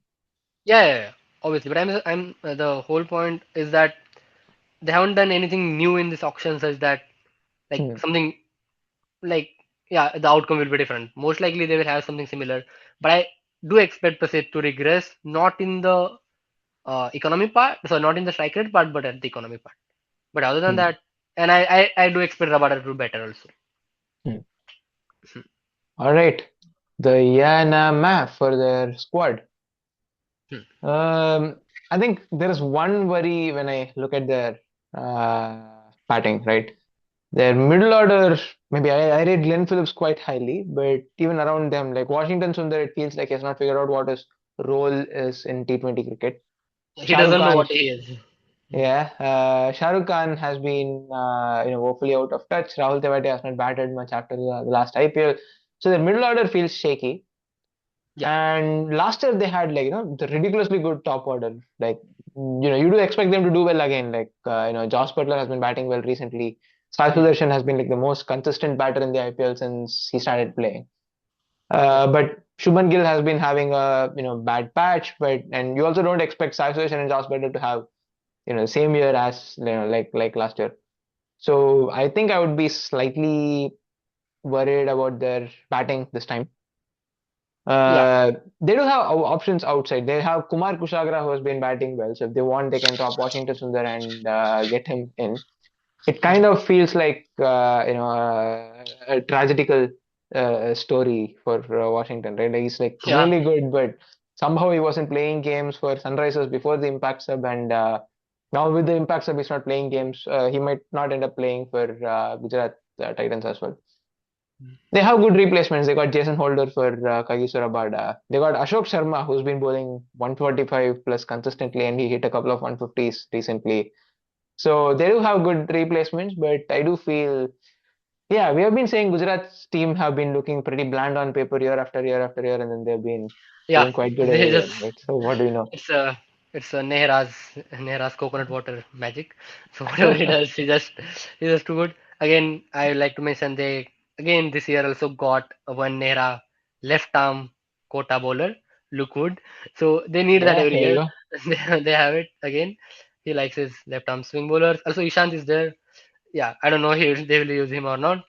Like their backups, the batting backups are not that great. Again, Anuj Rawat is the only like known commodity kind of guy. We know him.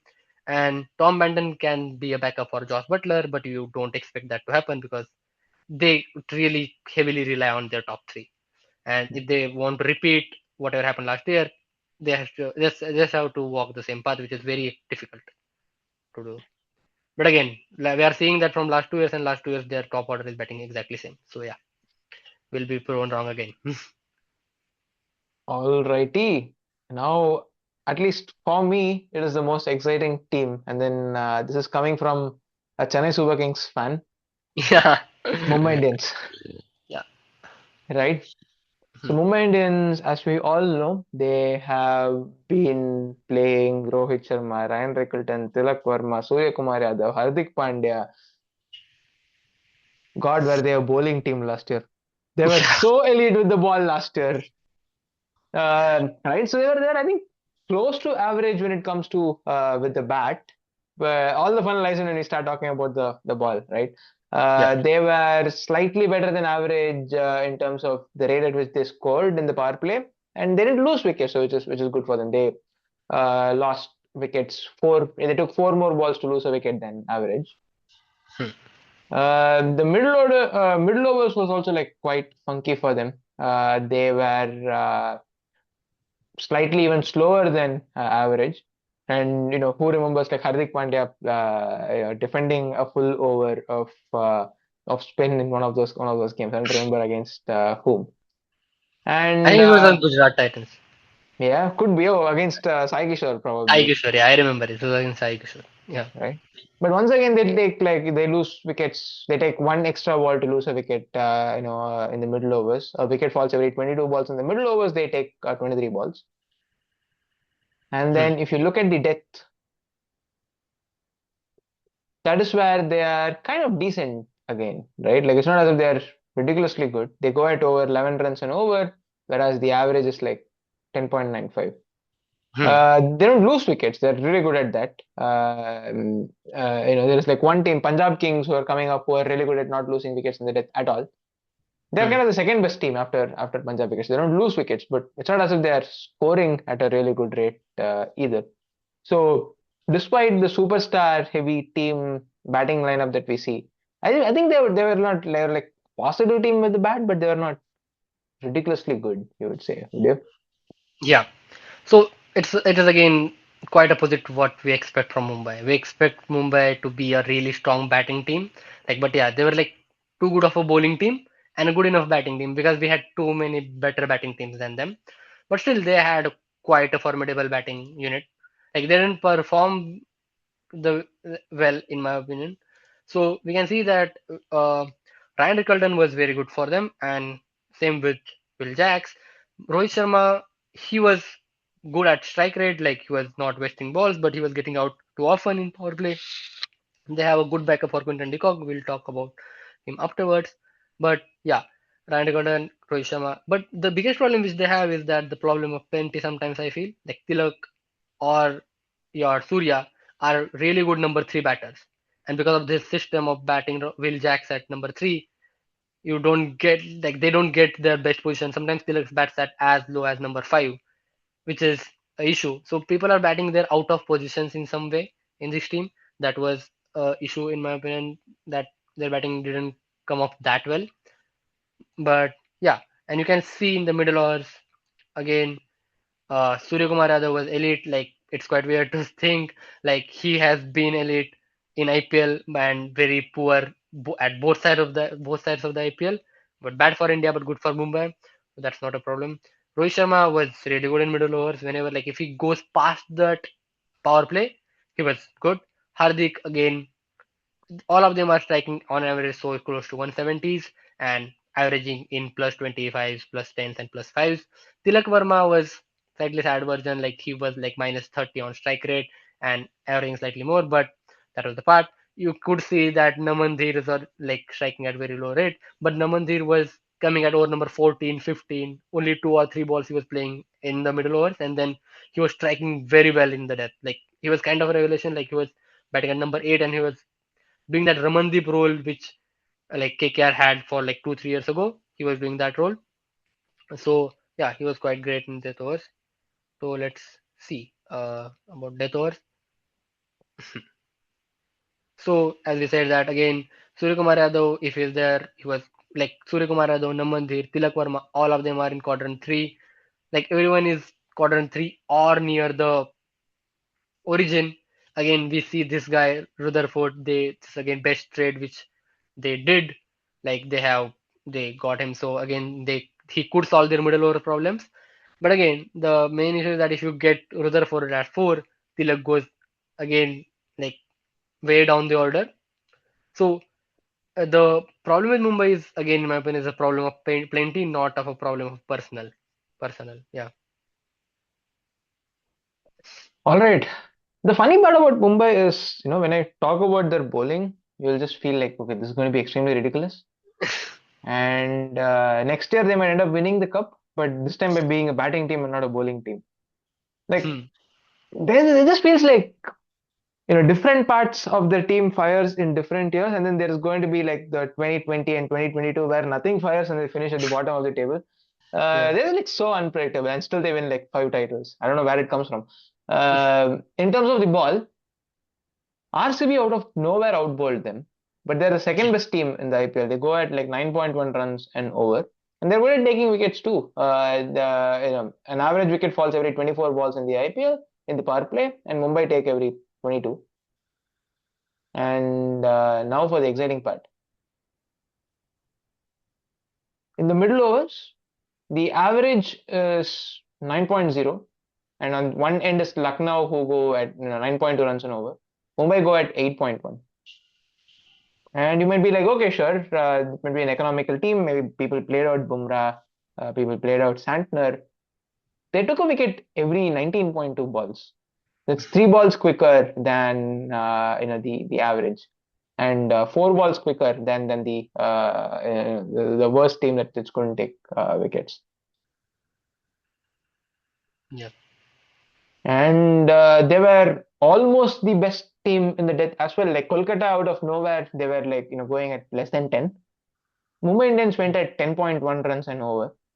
And it doesn't stop there. They take a wicket every eight balls, which is like just above and over. So if you take a wicket every eight balls, that's almost four wickets in the death, and they're just going at 10 runs and over. I think that is like it just feels like there's no respite, right? Like you have Trent Bolt, Chahar, and Bumrah going up top without any break up there, and then you have Bumrah and Bolt coming back towards the end. You just lose so many wickets all the way through. It just feels like how do you bat against the team? They're just going to crush you with the ball. Yeah, and like And I'll tell you that their bowling attack is going to get better this season. So yeah, if that's the part you're worrying about, because as you said that Bumrah and Bolt comes in the like death and at the power play, but they have this new guy called Allah, and yeah, he could set this IPL on fire. So again, the middle overs could get more exciting. So we can directly see that all these three guys lie in the third quadrant, which is the most important quadrant for a bowler. And like these three guys will bowl like 6 overs in the power play, like 2-2-2, some kind of combination. Like they were killing it. They were economical than everyone. They were taking more wickets. You can see Bolt, right? He was like -6 on relative strike rate. He was taking wicket 1 over earlier than everyone. So what is it like? So that was the point. Um, so yeah, power plays are getting good. The middle overs are quite interesting for them because actually we expect them to not perform that well in middle overs, but in middle overs because Bumrah is not going to bowl, Bolt is not going to bowl in middle overs, but whatever they had, like Hardik did Bumrah very in the well. Will middle of Jacks it. well. You bowl Bumrah just for 1 over in the power play and then use him in the middle as well. Yeah, 1 over in the middle and then two at the like yeah one yeah. Bumrah will bowl one in middle, but like primarily they will bowl Hardik Pandya, Mitchell Sandner, Ashwini Kumar, Will Jacks, and surprisingly Ashwini Kumar, Will Jacks, Hardik Pandya they did quite well, and Mitchell Sandner also was also very good on economy. He was not taking wickets, but again his job was to save economy. But again, most likely they will going to replace Mitchell Santner with Grisenfer. So yeah, he will get into that third quadrant. So they are going to get better there. And if you look at death overs again, death overs is like a story of like it's like stark contrast between two bowlers and others. Like you can see Trent Bolt and Jasprit Bumrah, they're killing it like striking better than everyone, economy better than everyone, and the other bowlers they were like so they have the death overs bowling performance as close to an average because Ashwini Kumar and Hardik Pandya were reaching more runs and like again Santner, like whoever is there other than Bumrah and Trent Bolt, but they were quite elite and that is not going to change anytime in future. So yeah, they will get better Right. in the spin department, but yeah, fast bowlers they had always had a elite department. All right. Time for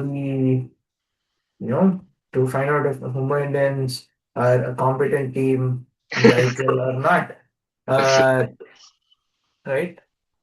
A lot of Like things are going to remain the same, except it just feels like they've gotten. Like, where did they get Quinton de Kock from? Out of nowhere, right? So if Ryan Riggleton is not working for them, they can go with Quinton de Kock.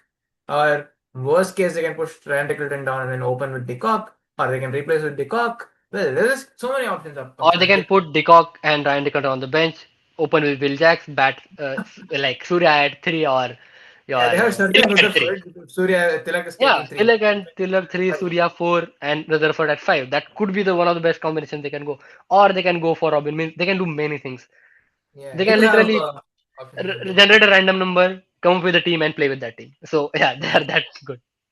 I think the only reason that they're going to be terrible is because they didn't buy Eden after Tom. But Yeah, outside of that, I think they're going to be yeah. I mean, they can just win a game through like so many tools, right? how many tools? Yeah, And I know Mitchell Sanders did really well for them last year, but I am like really high on Allah for.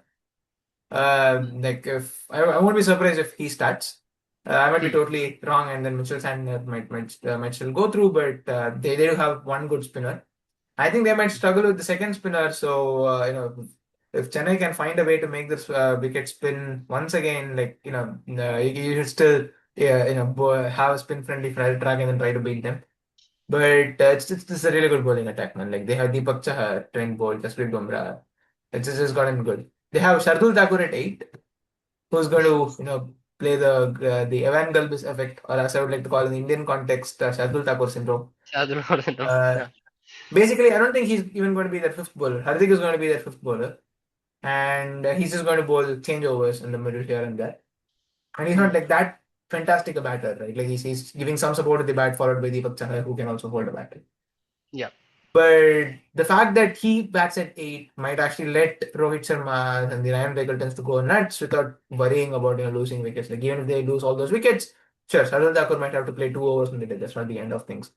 Hmm. So that effect of not being there with the ball, not being there with the bat, but being good here and there, but still contributing to the team. That's what Jared calls the Evan Galbis effect.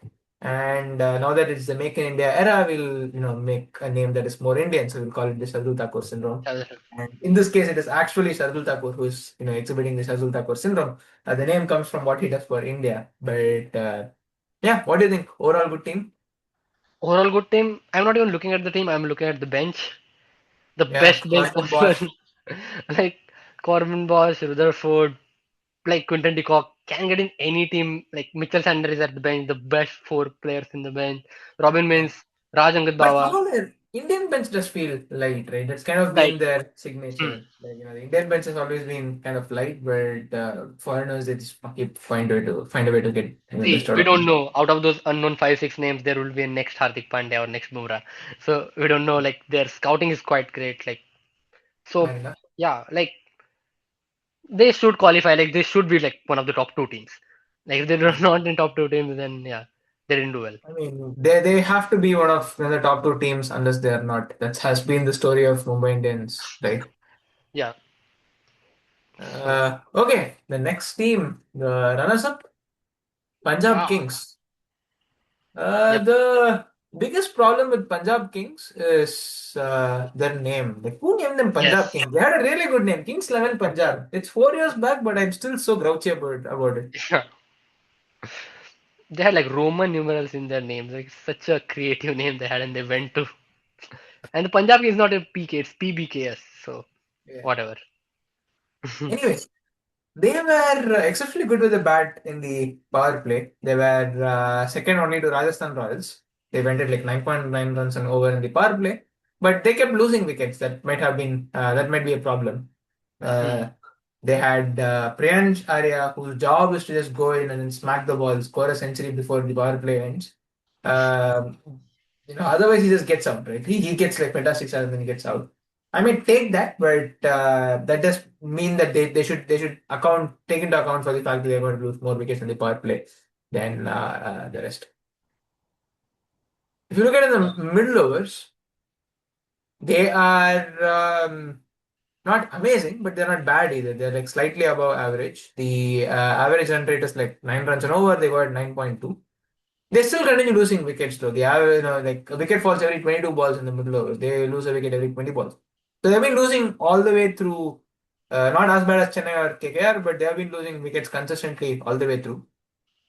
But somehow it just does not affect them, right? They are like the best team with the bat in the death overs last IPL. They scored 12 runs and over, and they didn't lose wickets either. They lost a wicket every 14, 15 balls. So they lost only 2 wickets in the death, and they scored nuts at runs at a really really bonkers rate.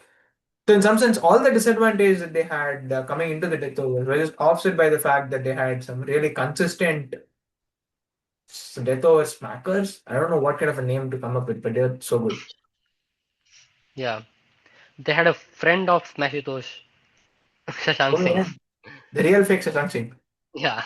So real. Yeah. So hmm. So let's go over their batting. Like as I told, the power play, you will see two guys hitting like having like plus 50s or something like that, most likely. Yeah. So yeah, there are two guys who are like yeah, very good in power play plus batters, but we can see that they are losing their wickets quite often. Priyansh Arya got out like 13 times out of 17 times when he batted in power play. That could be an issue, but once he got like four times when he didn't get out, one time he got a century. So he's good. He's really good. Other than that, you can see Shreyas Iyer, who is kind of struggling here, and that was the major issue. If Shreyas Iyer comes earlier, he was getting out more often, and that's the thing. That's why Shreyas should bat at four, and that's why the marriage of Josh English could cost them something, but they have made amends for that. Like Josh English was their number three, and he was batting quite well. and he was shielding Shreyas in some way from the new ball in the top six, and Shreyas was coming after that, and he was smashing spin everywhere. So let's go Shreyas to might the not be middle on the overs. level of Klassen, Patidar, and Puran, right? But he's probably on the tier next to them. Like he's Yeah, probably yeah, on tier one right next to them, right? yeah. He was like just one tier below them. Like he was. Now let's look at the middle overs. Shreyas and Vadera were kings of middle overs that ruled the middle over part. Again, just look at like if Priyansh and Prabhasimran survive after 6 overs, they are going bonkers. Like Priyansh is like plus 50, striking at plus 15 middle overs. And middle over strike rate is average was 170 or 175. So he's striking at 225 middle overs. And same as Prath Simran again striking plus 20 in middle overs. So if their openers survive, they won't survive for a long time, but they will smack over number 7, 8, 9. And again, Shreyas Iyer and Vadera, they are keeping their wicket and also they are smacking them like plus 10. So yeah, there and again you could see that Shashank Singh batting slightly slow, but again he has the same thing where he's coming at over number 14, 15. Entry point is slightly late, where he's trying to get set, and then he will go bonkers in the end. So you will see here. So now Punjab Kings, yes. Hmm. Just look at it. They have three guys in the third quadrant in the mid in their overs. Shashank Singh, Shreyas Iyer, Marcus Stoinis. Marcus Stoinis is batting at plus 100. Adityan, can you just tell us what is plus 100 in your mind? So he scores 1 run more per ball than the Than average. than anyone else. So let's One just full run per ball. per ball. One full run per ball. So Wow. Marcus Stoinis was something else. Like he was really elite in the death overs. Shreyas Iyer, like he was smashing spin, and when he got set, he was not even leaving pacers. He was like batting at plus 50. Marcus Stoinis has skewed this graph. This will look close to the zero, but no, this is plus 50. So Shreyas Iyer is batting at strike rate of 250 here because the Yeah. line How do you zero know line like is 200. scoring half a run than the entire league? This it just means like you're half, another somebody else in your own team. Yeah, other others in your team. Again, Shashank could look at zero, but he's batting at 210 and averaging plus 20. He's not getting out at all. Also, same thing with the Prav Simran thing. There's one match where he was there, but yeah, like they're going bonkers everywhere. Now they have done something in their auction, and they had a guy on the bench. His name is Michael Owen. Michael Mitchell. I don't exactly did It's get the low one. Yeah. pronunciation. Mitchell Owen. Okay, like Mitchell Owen has been a fairy tale journey. A guy who bats at number 7 for Hobart or Perth, I don't remember exactly. No, Hobart. And something happens. He says that okay, I would like to go open, and he opens for the season. He wins them the cup. Next, after 3 months, he is in the Australian team, and he goes to MLC again, kills there. So yeah, Mitchell Owen has set the stage on fire. He is batting really well, so he could bat at number 3. So they have a really nice replacement for English. So again, Shreyas Iyer will be shielded from the new ball, and I guess they could have the similar season. There is no other reason to not have that. Hmm. Alrighty. So with the ball in hand, they have mostly been like very unremarkable all the way through. Hmm. Right? They've been like slightly worse in terms of in terms of like containing runs. They've been slightly better in terms of taking wickets anyway. But their middle overs economy where it's not really great. But middle over strike rate is fine. But somehow they have been like the second worst team in the depth. So they've been like all right in the pathway, all right in the middle, but they're like Rajasthan really struggle in the depth. They go at over 2 runs a ball in the depth. They're only slightly worse than better than Rajasthan. So that might be an issue that they might want to address. What do you think? Have they bolstered their fast bowling? Yeah, so they have bolstered their fast bowling, and one more part is that their bowlers have, in some way, I can say that they have most of the bowlers have unlocked a next level. I am talking about Arshdeep and Jansen. Like, Mhm. Arsh, so yeah, Punjab Kings. So you can see that Jansen being at uh, like again striking very well and again economically very well in power play. Arshdeep surprisingly was not the like he like with the way we expect from Arshdeep is taking wickets, but Arshdeep was more economical. And again Barkley also played his part well. They were slightly unlucky with injuries. Ferguson was elite in his 2-3 matches he played, but then he had a hamstring injury. We hope that I mean, he'll when be Lockie Ferguson gets an injury, I wouldn't call it unlucky. It's called being yeah. Ferguson. Yeah, it's being Ferguson. It's like just like Nokia and everything. But again, he was the whatever amount of time he played, he was like striking at -5 and economy was -2 in power play. He was like this throughout middle overs and death overs. So if Lockie Ferguson is fit this year, yeah, they will have a different season. Again, you can see Chahal here, but yeah, he was only bowled 1 over in power play, so we shouldn't look at it that much. Uh, you can okay, power bowling in middle overs. Hmm. Again, Jansen striking well in middle overs. Chahal had slightly sad season in middle overs. Like he's in the first quarter and striking late. Also economically slightly expensive, not that much. It's like zero point 0.5 expensive. Again, Brar had one of the best seasons for him. Like he was an elite strike bowler, striking at -10, and also like economy of -1.5. Uh, so yeah, like I think I see some regression there, but again, Chahal should get good. Whenever Arshdeep bowled in the middle overs, he was good. Also, Lockie Ferguson will come in and he will bowl more. The biggest issue they had because of Lockie Ferguson getting injured was that they had to rely on Azmatullah Umarzai, and he didn't come good in power play, but he was good with middle overs with his strike rate, but he didn't bowl that much in middle overs. No, when So and Lockie Ferguson is around, right? Like the way the fast bowlers piece together is also like really good, right? So Arshdeep yeah. and Marco Johnson would take the power play. Lockie can Hmm. bowl one in the power play, but they don't have to go to Lockie. Like they can use him as the middle overs enforcer. Yep. And he can come back to bowl in the death, and you can get whatever you can out of Marco at the death. Arshdeep is going to bowl a couple of overs today. Yeah. Right? Like Loki changes everything. Like if Loki was not there, then Jansen has to bowl in death, and Jansen is not that much comfortable bowling in death. He's a power play bowler and also takes wickets like 1 or 2 balls and over in the middle or can bowl a 15th or 16th over. But I won't say that he'll be comfortable bowling like last 4 overs. So there are many things Loki could change. But even if Loki was not there, they still did well. I'll say. Uh, if you look at their death overs, again there will be like repeat of the same story, where again Arshdeep was really great in death overs. The way Shreyas Iyer used Chahal was one of the best. Like I think Chahal also did well and is one of the best tactical captaincy moves. I'll say like using leg spinner in the death over. Like RCB also used to do that with him sometimes in Chinnaswamy. But yeah, Chahal was really good in death overs, and it's not a lone 1 over. He has bowled like 5 overs. So and Jansen also did well, but again, it's not his ideal position.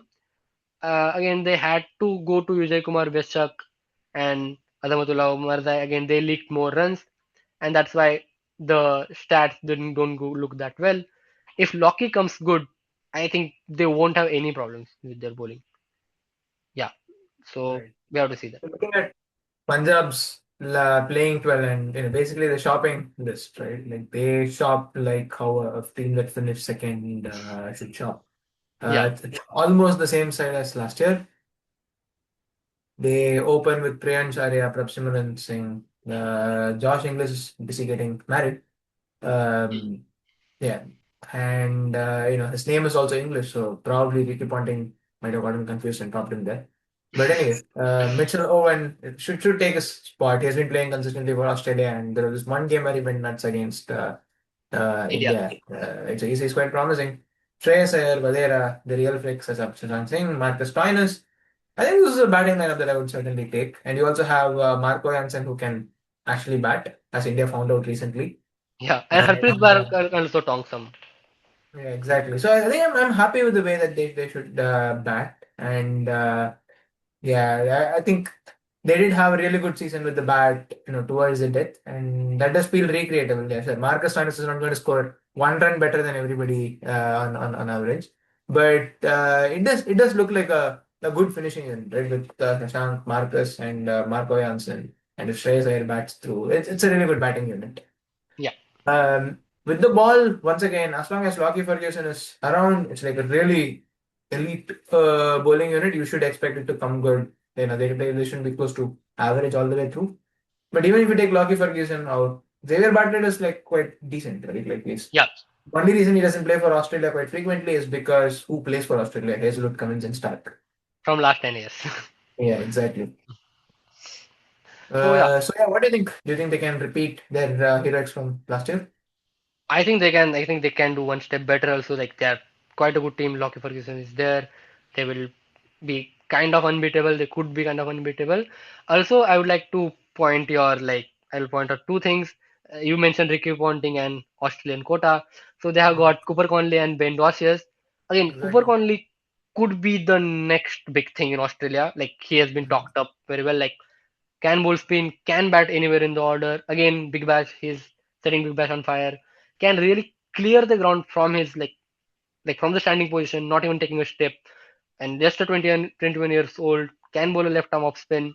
So if something happens to Michael Owen, Sorry, he's can you not can as just old as 21. He became 22 now.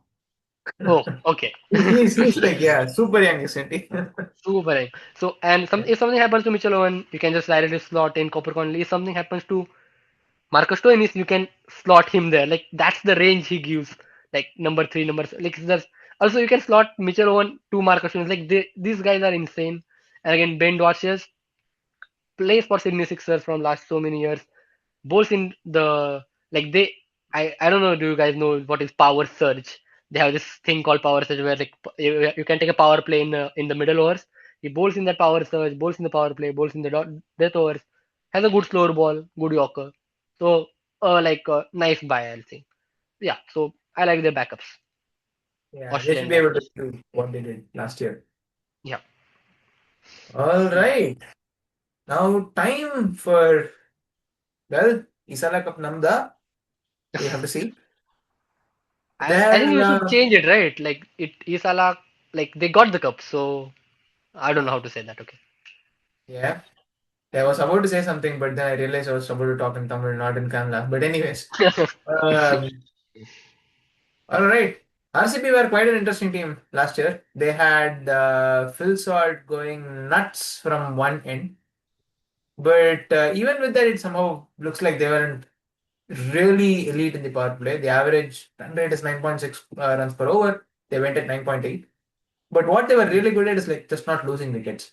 hmm, A team would lose like a wicket every 4 overs. They lose one every 5 overs in the power play. That hmm, 6 balls make a hell lot of difference. hmm. And even through the middle overs, right? They were not quite aggressive. They were like almost Mumbai like in middle overs. They were even slower than Mumbai Indians. Hmm.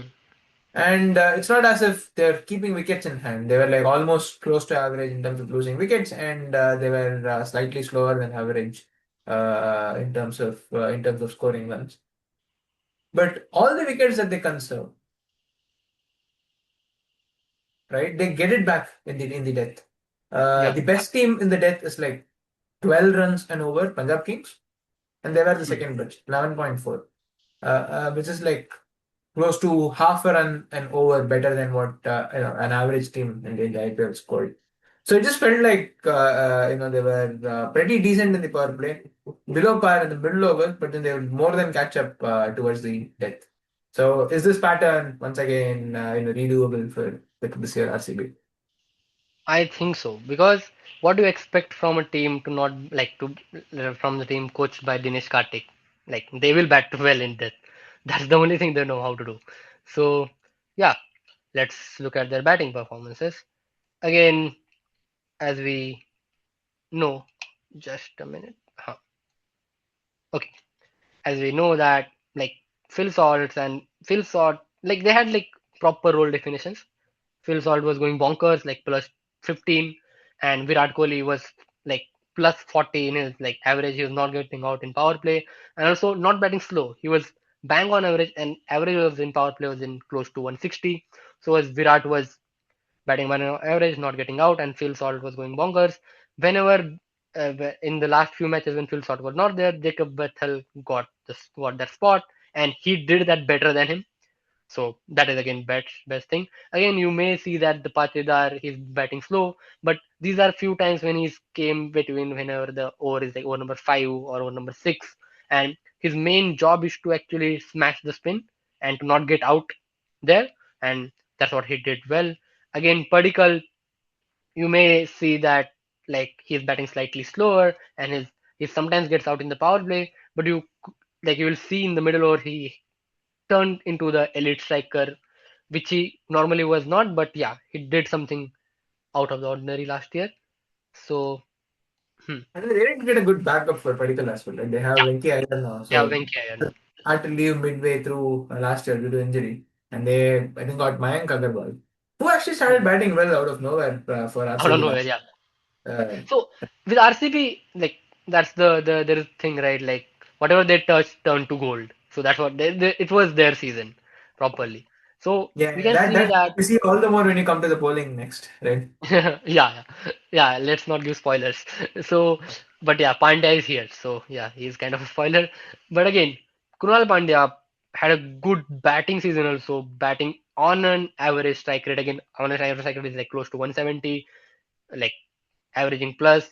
Padikkal again batting superbly, averaging positive. Strike rate is again positive. Patidar in middle overs, he worked as a spin smasher and like spin basher and not getting out. And whenever Jitesh got chance earlier, he played really well. Also, you can see the pattern where with the Kings, like not Kings 11, Punjab Kings openers and Phil Salt, if they survive the power play, they will go bonkers. They could get out, but they will go bonkers. Virat Kohli could improve slightly, like he was again averaging very well, but slightly below the strike rate, and that's the reason actually they are not striking Yeah, as but well as they could have. they But also had like, Tim Davids and Romario Shepherd to come towards yes, the come right. towards the end. Yeah. So So as long as now, Kohli guarantees that they come towards it and not earlier, I think yeah, that might even be a win condition. So there are a lot of times when I'm like pretty fuming at Virat Kohli for not batting at the strike rate that he should be. But this is one yes, team where I would probably say like sure he's slow, but it does make sense. yeah, it does make sense. Yeah, you can say that. Now here, so you can see that Tim David, he's striking so well, and again, his again this graph is slightly skewed because of the one guy, Romario Shepherd. This guy is batting at 120. So even if like Tim David may look close, he's batting at like plus 12, plus 13, and also not getting out at all. Jitesh Sharma again striking well, not getting out. I think this is the thing which they have achieved, that striking and not getting out. Again, Romario Shepherd striking well, and his ball favor rate is also positive. So again, not getting out. So that's what they did the their over. Only like player who didn't come off for them was Liam Livingston, and they have left him. And most likely, Tim David will bat higher up the order now, like as he does for Team Australia, like at number 4 or 5. So yeah, Yeah, they are somehow going to get better. found a way to not average 8 runs a wicket against leg spin, so he can bat slightly higher now. Slightly higher, but yeah, he has improved his game quite a bit now. So yeah, let's go to bowling. All right, now to some juicy stuff. Mhm. These guys, like the average runs per over in the power play, once again, is like 9.6. These guys went at 8.7. They took a wicket every 20 balls. Compare it with the 25 of the average strike rate for bowlers in the power play. So they basically strike 1 over quicker than what you would expect an average bowler to. Hmm. Middle overs, well, once again, right? Like in the middle overs, it's not as if they were like extremely elite in terms of like economy. Oh, sorry, that's the bat. To tell you how good they were, right? Like the average was like 9 runs and over. They go at 8.8. The average strike rate there was like a wicket every 22 balls. They took a wicket every 21 balls. But the most surprising fact about their middle overs performance was who took wickets, right? If you told me like I was asleep for the entire year and then I woke up and then you told me Krunal Pandya had a great season, My first question would be like, okay, nice, nice. Did he go at a 6 run and over economy rate? But as soon as I woke up, if you told me Krunal Pandya was, RCB's chief wicket taker along with Hazelwood, I would probably go back to sleep again and then wake up a year after. It's like one of the most defensive bowlers that you can ever find, like who would just not give any runs at all. All of a sudden, he just like every time he would bowl, he felt like he was Varun Chakravarti, but he was bowling left-handed somehow. So in some sense, like while they were just so elite all the way through, right? I'm just worried whether they'd be able to recreate this because it just felt like a really freak occurrence for them in the IPL last year. What do you think? Yeah, and your worry is quite real. Like I'm also like I also don't find them repeating this exact performance again. It's very difficult. Like it will be highly difficult for them to repeat that part because again there are two issues to that. We'll come to them, but let's go through that first. So whenever you say they were the best bowling team in power play, you mean they beat the team which had Bumrah, Oh yeah, Bolt, and Chahar. So yeah. that's the like parameter to be the best bowling team in power play. Hazelwood was just insane. He was striking at -11. So it's like I don't know how to how to rationalize this number, like -11. He was Like taking a wicket 2 overs quicker than an earlier, average bowler. huh? And normally people bowl 2 overs in the power play. So normally people bowl 2 overs in the power play. He was taking like before you start to bowl, Hazelwood has taken a wicket. So it's like it's something. It was something else the way, and his economy was again -2.5. So Bhuvneshwar basically saying Kumar, RCB began the innings at 0 for 1. yeah, at 0 for 1. Yeah, Yeah. RCB fans in a 0 for 1. And Bhuvneshwar Kumar again, third quadrant, -1.5, -1.38. These are actually really good numbers, but again, just because he's standing next to Hazelwood, yeah, it doesn't don't look that impressive. Again, Nuwan Tushara, whenever he got chance, whenever Hazelwood got injured, he came with his slingers and swung the ball in to the left-handers, and yeah, yeah, he was really good. Again, Kunal Pandya normally doesn't bowl much in the power play, but he actually took the onus on himself to bowl sometimes the fifth over and sixth over of the power play. So he is doing quite well on economy and strike rate and bowling those fifth and sixth overs because Hazelwood and B. Kumar are mostly bowling first to fourth. Also, Yash Dayal was there, yeah. So fifth and sixth bowler, I think Pandya and Hazelwood are taking them. Yeah. Then had Yash Dayal, he had like fairly ordinary season. But again, it got overpowered by Hazelwood and Bhuvneshwar Kumar. And but again, that's the concern every time. He also had fairly odd season in middle and death overs. But yeah, let's go to that afterwards. So in middle overs, we kind of see here that in middle overs, Suyash Sharma, he was not striking like he was like not taking wickets. Like it's quite a weird thing where you have a leg spinner, but you are using him as an economical bowler. And Krunal Pandya was taking wickets. So Krunal Pandya was taking more wickets than him, and obviously he was more economical because he's Krunal Pandya. No one can hit him. Yash Dayal was again more economical in middle overs, and but he didn't bowl much in middle overs. But Krunal Pandya was the story of the season. And again, Suyash Sharma. With Suyash Sharma, we have seen like RCB has tried Chahal on the Chinnaswamy at the Chinnaswamy, and like he was like fairly successful that loopy, slower leg spins. But I think ICB had decided to go on other way around. Suyash Sharma No, is but the length at RCB has anti-Chahal. kind of changed, isn't it? Like, Yeah, now pitches the also have Kolkata changed. length feels like the back of length deliveries feels like the more standard ones. Yeah, yeah, So yeah. it is quite surprising that Shreyas is actually like a defensive bowler now, out of nowhere. Yeah, yeah. And with Suyash, the thing is that he's kind of anti-Chahal. He doesn't flight the ball. He darts them in. Mm-hmm. He's like over the perpendicular kind of a leg spinner, like Mm-hmm. where Chahal is very different. Like loops the ball, tries to bowl, try to entice the batsman. Again, not over the particular leg spin. He focuses more on the leg spin part of the game. And yeah, Suyash has a great flipper and all those things. But yeah, Suyash did quite well in the middle overs and also got like sometimes bowled I think over number 16th, like in the death overs. But now Hazelwood returns and again overshadows everyone. So yeah, Josh Hazelwood again third quadrant, taking wickets far earlier, again economical, and Kunal Pandya in death overs, he is striking at 3.4 earlier than everyone. Again, most economical bowler. And Suyash again in death overs, whenever he bowled, he was again more economical.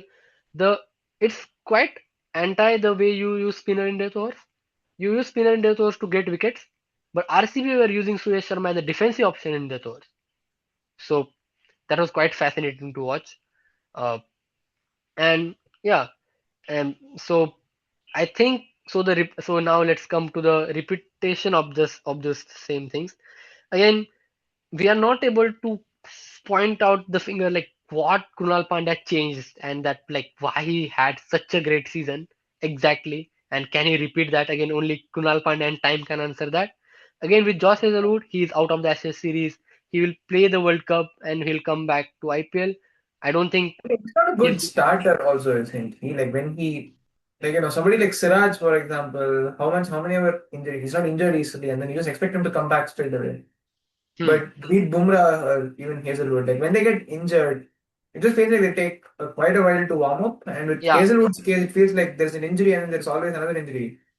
yeah, So Hazelwood is like you should map his career from injury to injury last 3 years. So obviously it's just with him his body takes time. So we can't say much. I think he won't play all the matches. We know that, and that's why they do have like good backup in Tushara, and also true. they got Jacob Duffy. Like I Jacob mean, we Duffy can is take a 40 games out of Hazelwood, right? Like you have the second best fast bowler in the world right now over the last 2 years, right? Like only yeah, behind Bumrah. yep, Right. So that is the level that we are talking about. But his body has been like really taking a hit every game, right? yeah. So yeah, but the backups are also quite nice. They have Jacob Duffy again, a New Zealander who has gets that steep bounce, but nothing is compared to like Hazelwood. But still, they have like a steep bounce guy and they have like a slinger in Tushara. They are trying to cover every Yeah. base. So Duffy and Tushara for Hazelwood. They have Rashik there who can slot in for Yash Dayal if needed. hmm, They have Venki Iyer for Devdutt Padikkal. So they have like every slot covered. So it's not as if like one injury can totally derail the entire campaign. I'm yeah, just like a bit worried about recreating their bowling. yeah, like there will be some regression, but the bowling was that elite. Slight regression won't affect much. We have to see, but we have to see. So yeah, True. I mean, let's it'll be a look at slight the like team. still Krunal and Hazelwood. But Hmm, I think I'll be really worried about how the bowling will handle themselves. Something feels funky going on out there. Their hmm, bat should be fine. Like that will take care of itself. Like Tim David or yeah. Naresh I out think there. batting will get better. I think batting could get better. Fair. Yeah. All right. So that brings us close to the conclusion of Yep. the 2.5 hour long podcast. We originally planned it to be an hour, but first time podcasters is what you get. Yeah. Uh, Anyways, before we conclude, what are your top four? Okay. My top four are. I think Mumbai should be there. Mumbai should be there. Like obviously Mumbai should be there. Second team is I think Punjab. Punjab are quite good. Punjab should be there. Come on, I'm asking for Like hot takes. These are like the two safest picks that you can pick. Then, yeah, but I have okay. Then I'll go for RR. They didn't do well last season, but I think they will do. And I have a soft corner for RR. So yeah. yeah, Sanga's team. Let's see, can he do much? Um, okay. The hottest take you want. I don't want to be wrong, but like I can clearly see one team, the team which we talked about right just now, should be in top four. Hmm. But if you I'm want a not sure hot about take, RCB. Like, I think their bowling should hold up if they need to come to top four, right? I would. What do you think about Delhi? Don't you think Delhi might trip out RCB? see, there are three teams I'm thinking right now. Delhi, RCB, and who was the Gujarat? No, not Gujarat. Gujarat has issues. So Delhi and between Delhi and RCB, it's a toss up for me. Yeah. Um, And as a Chennai okay. Super Kings fan, I should say, okay, the point of this year's IPL is to figure out who plays the final against Chennai.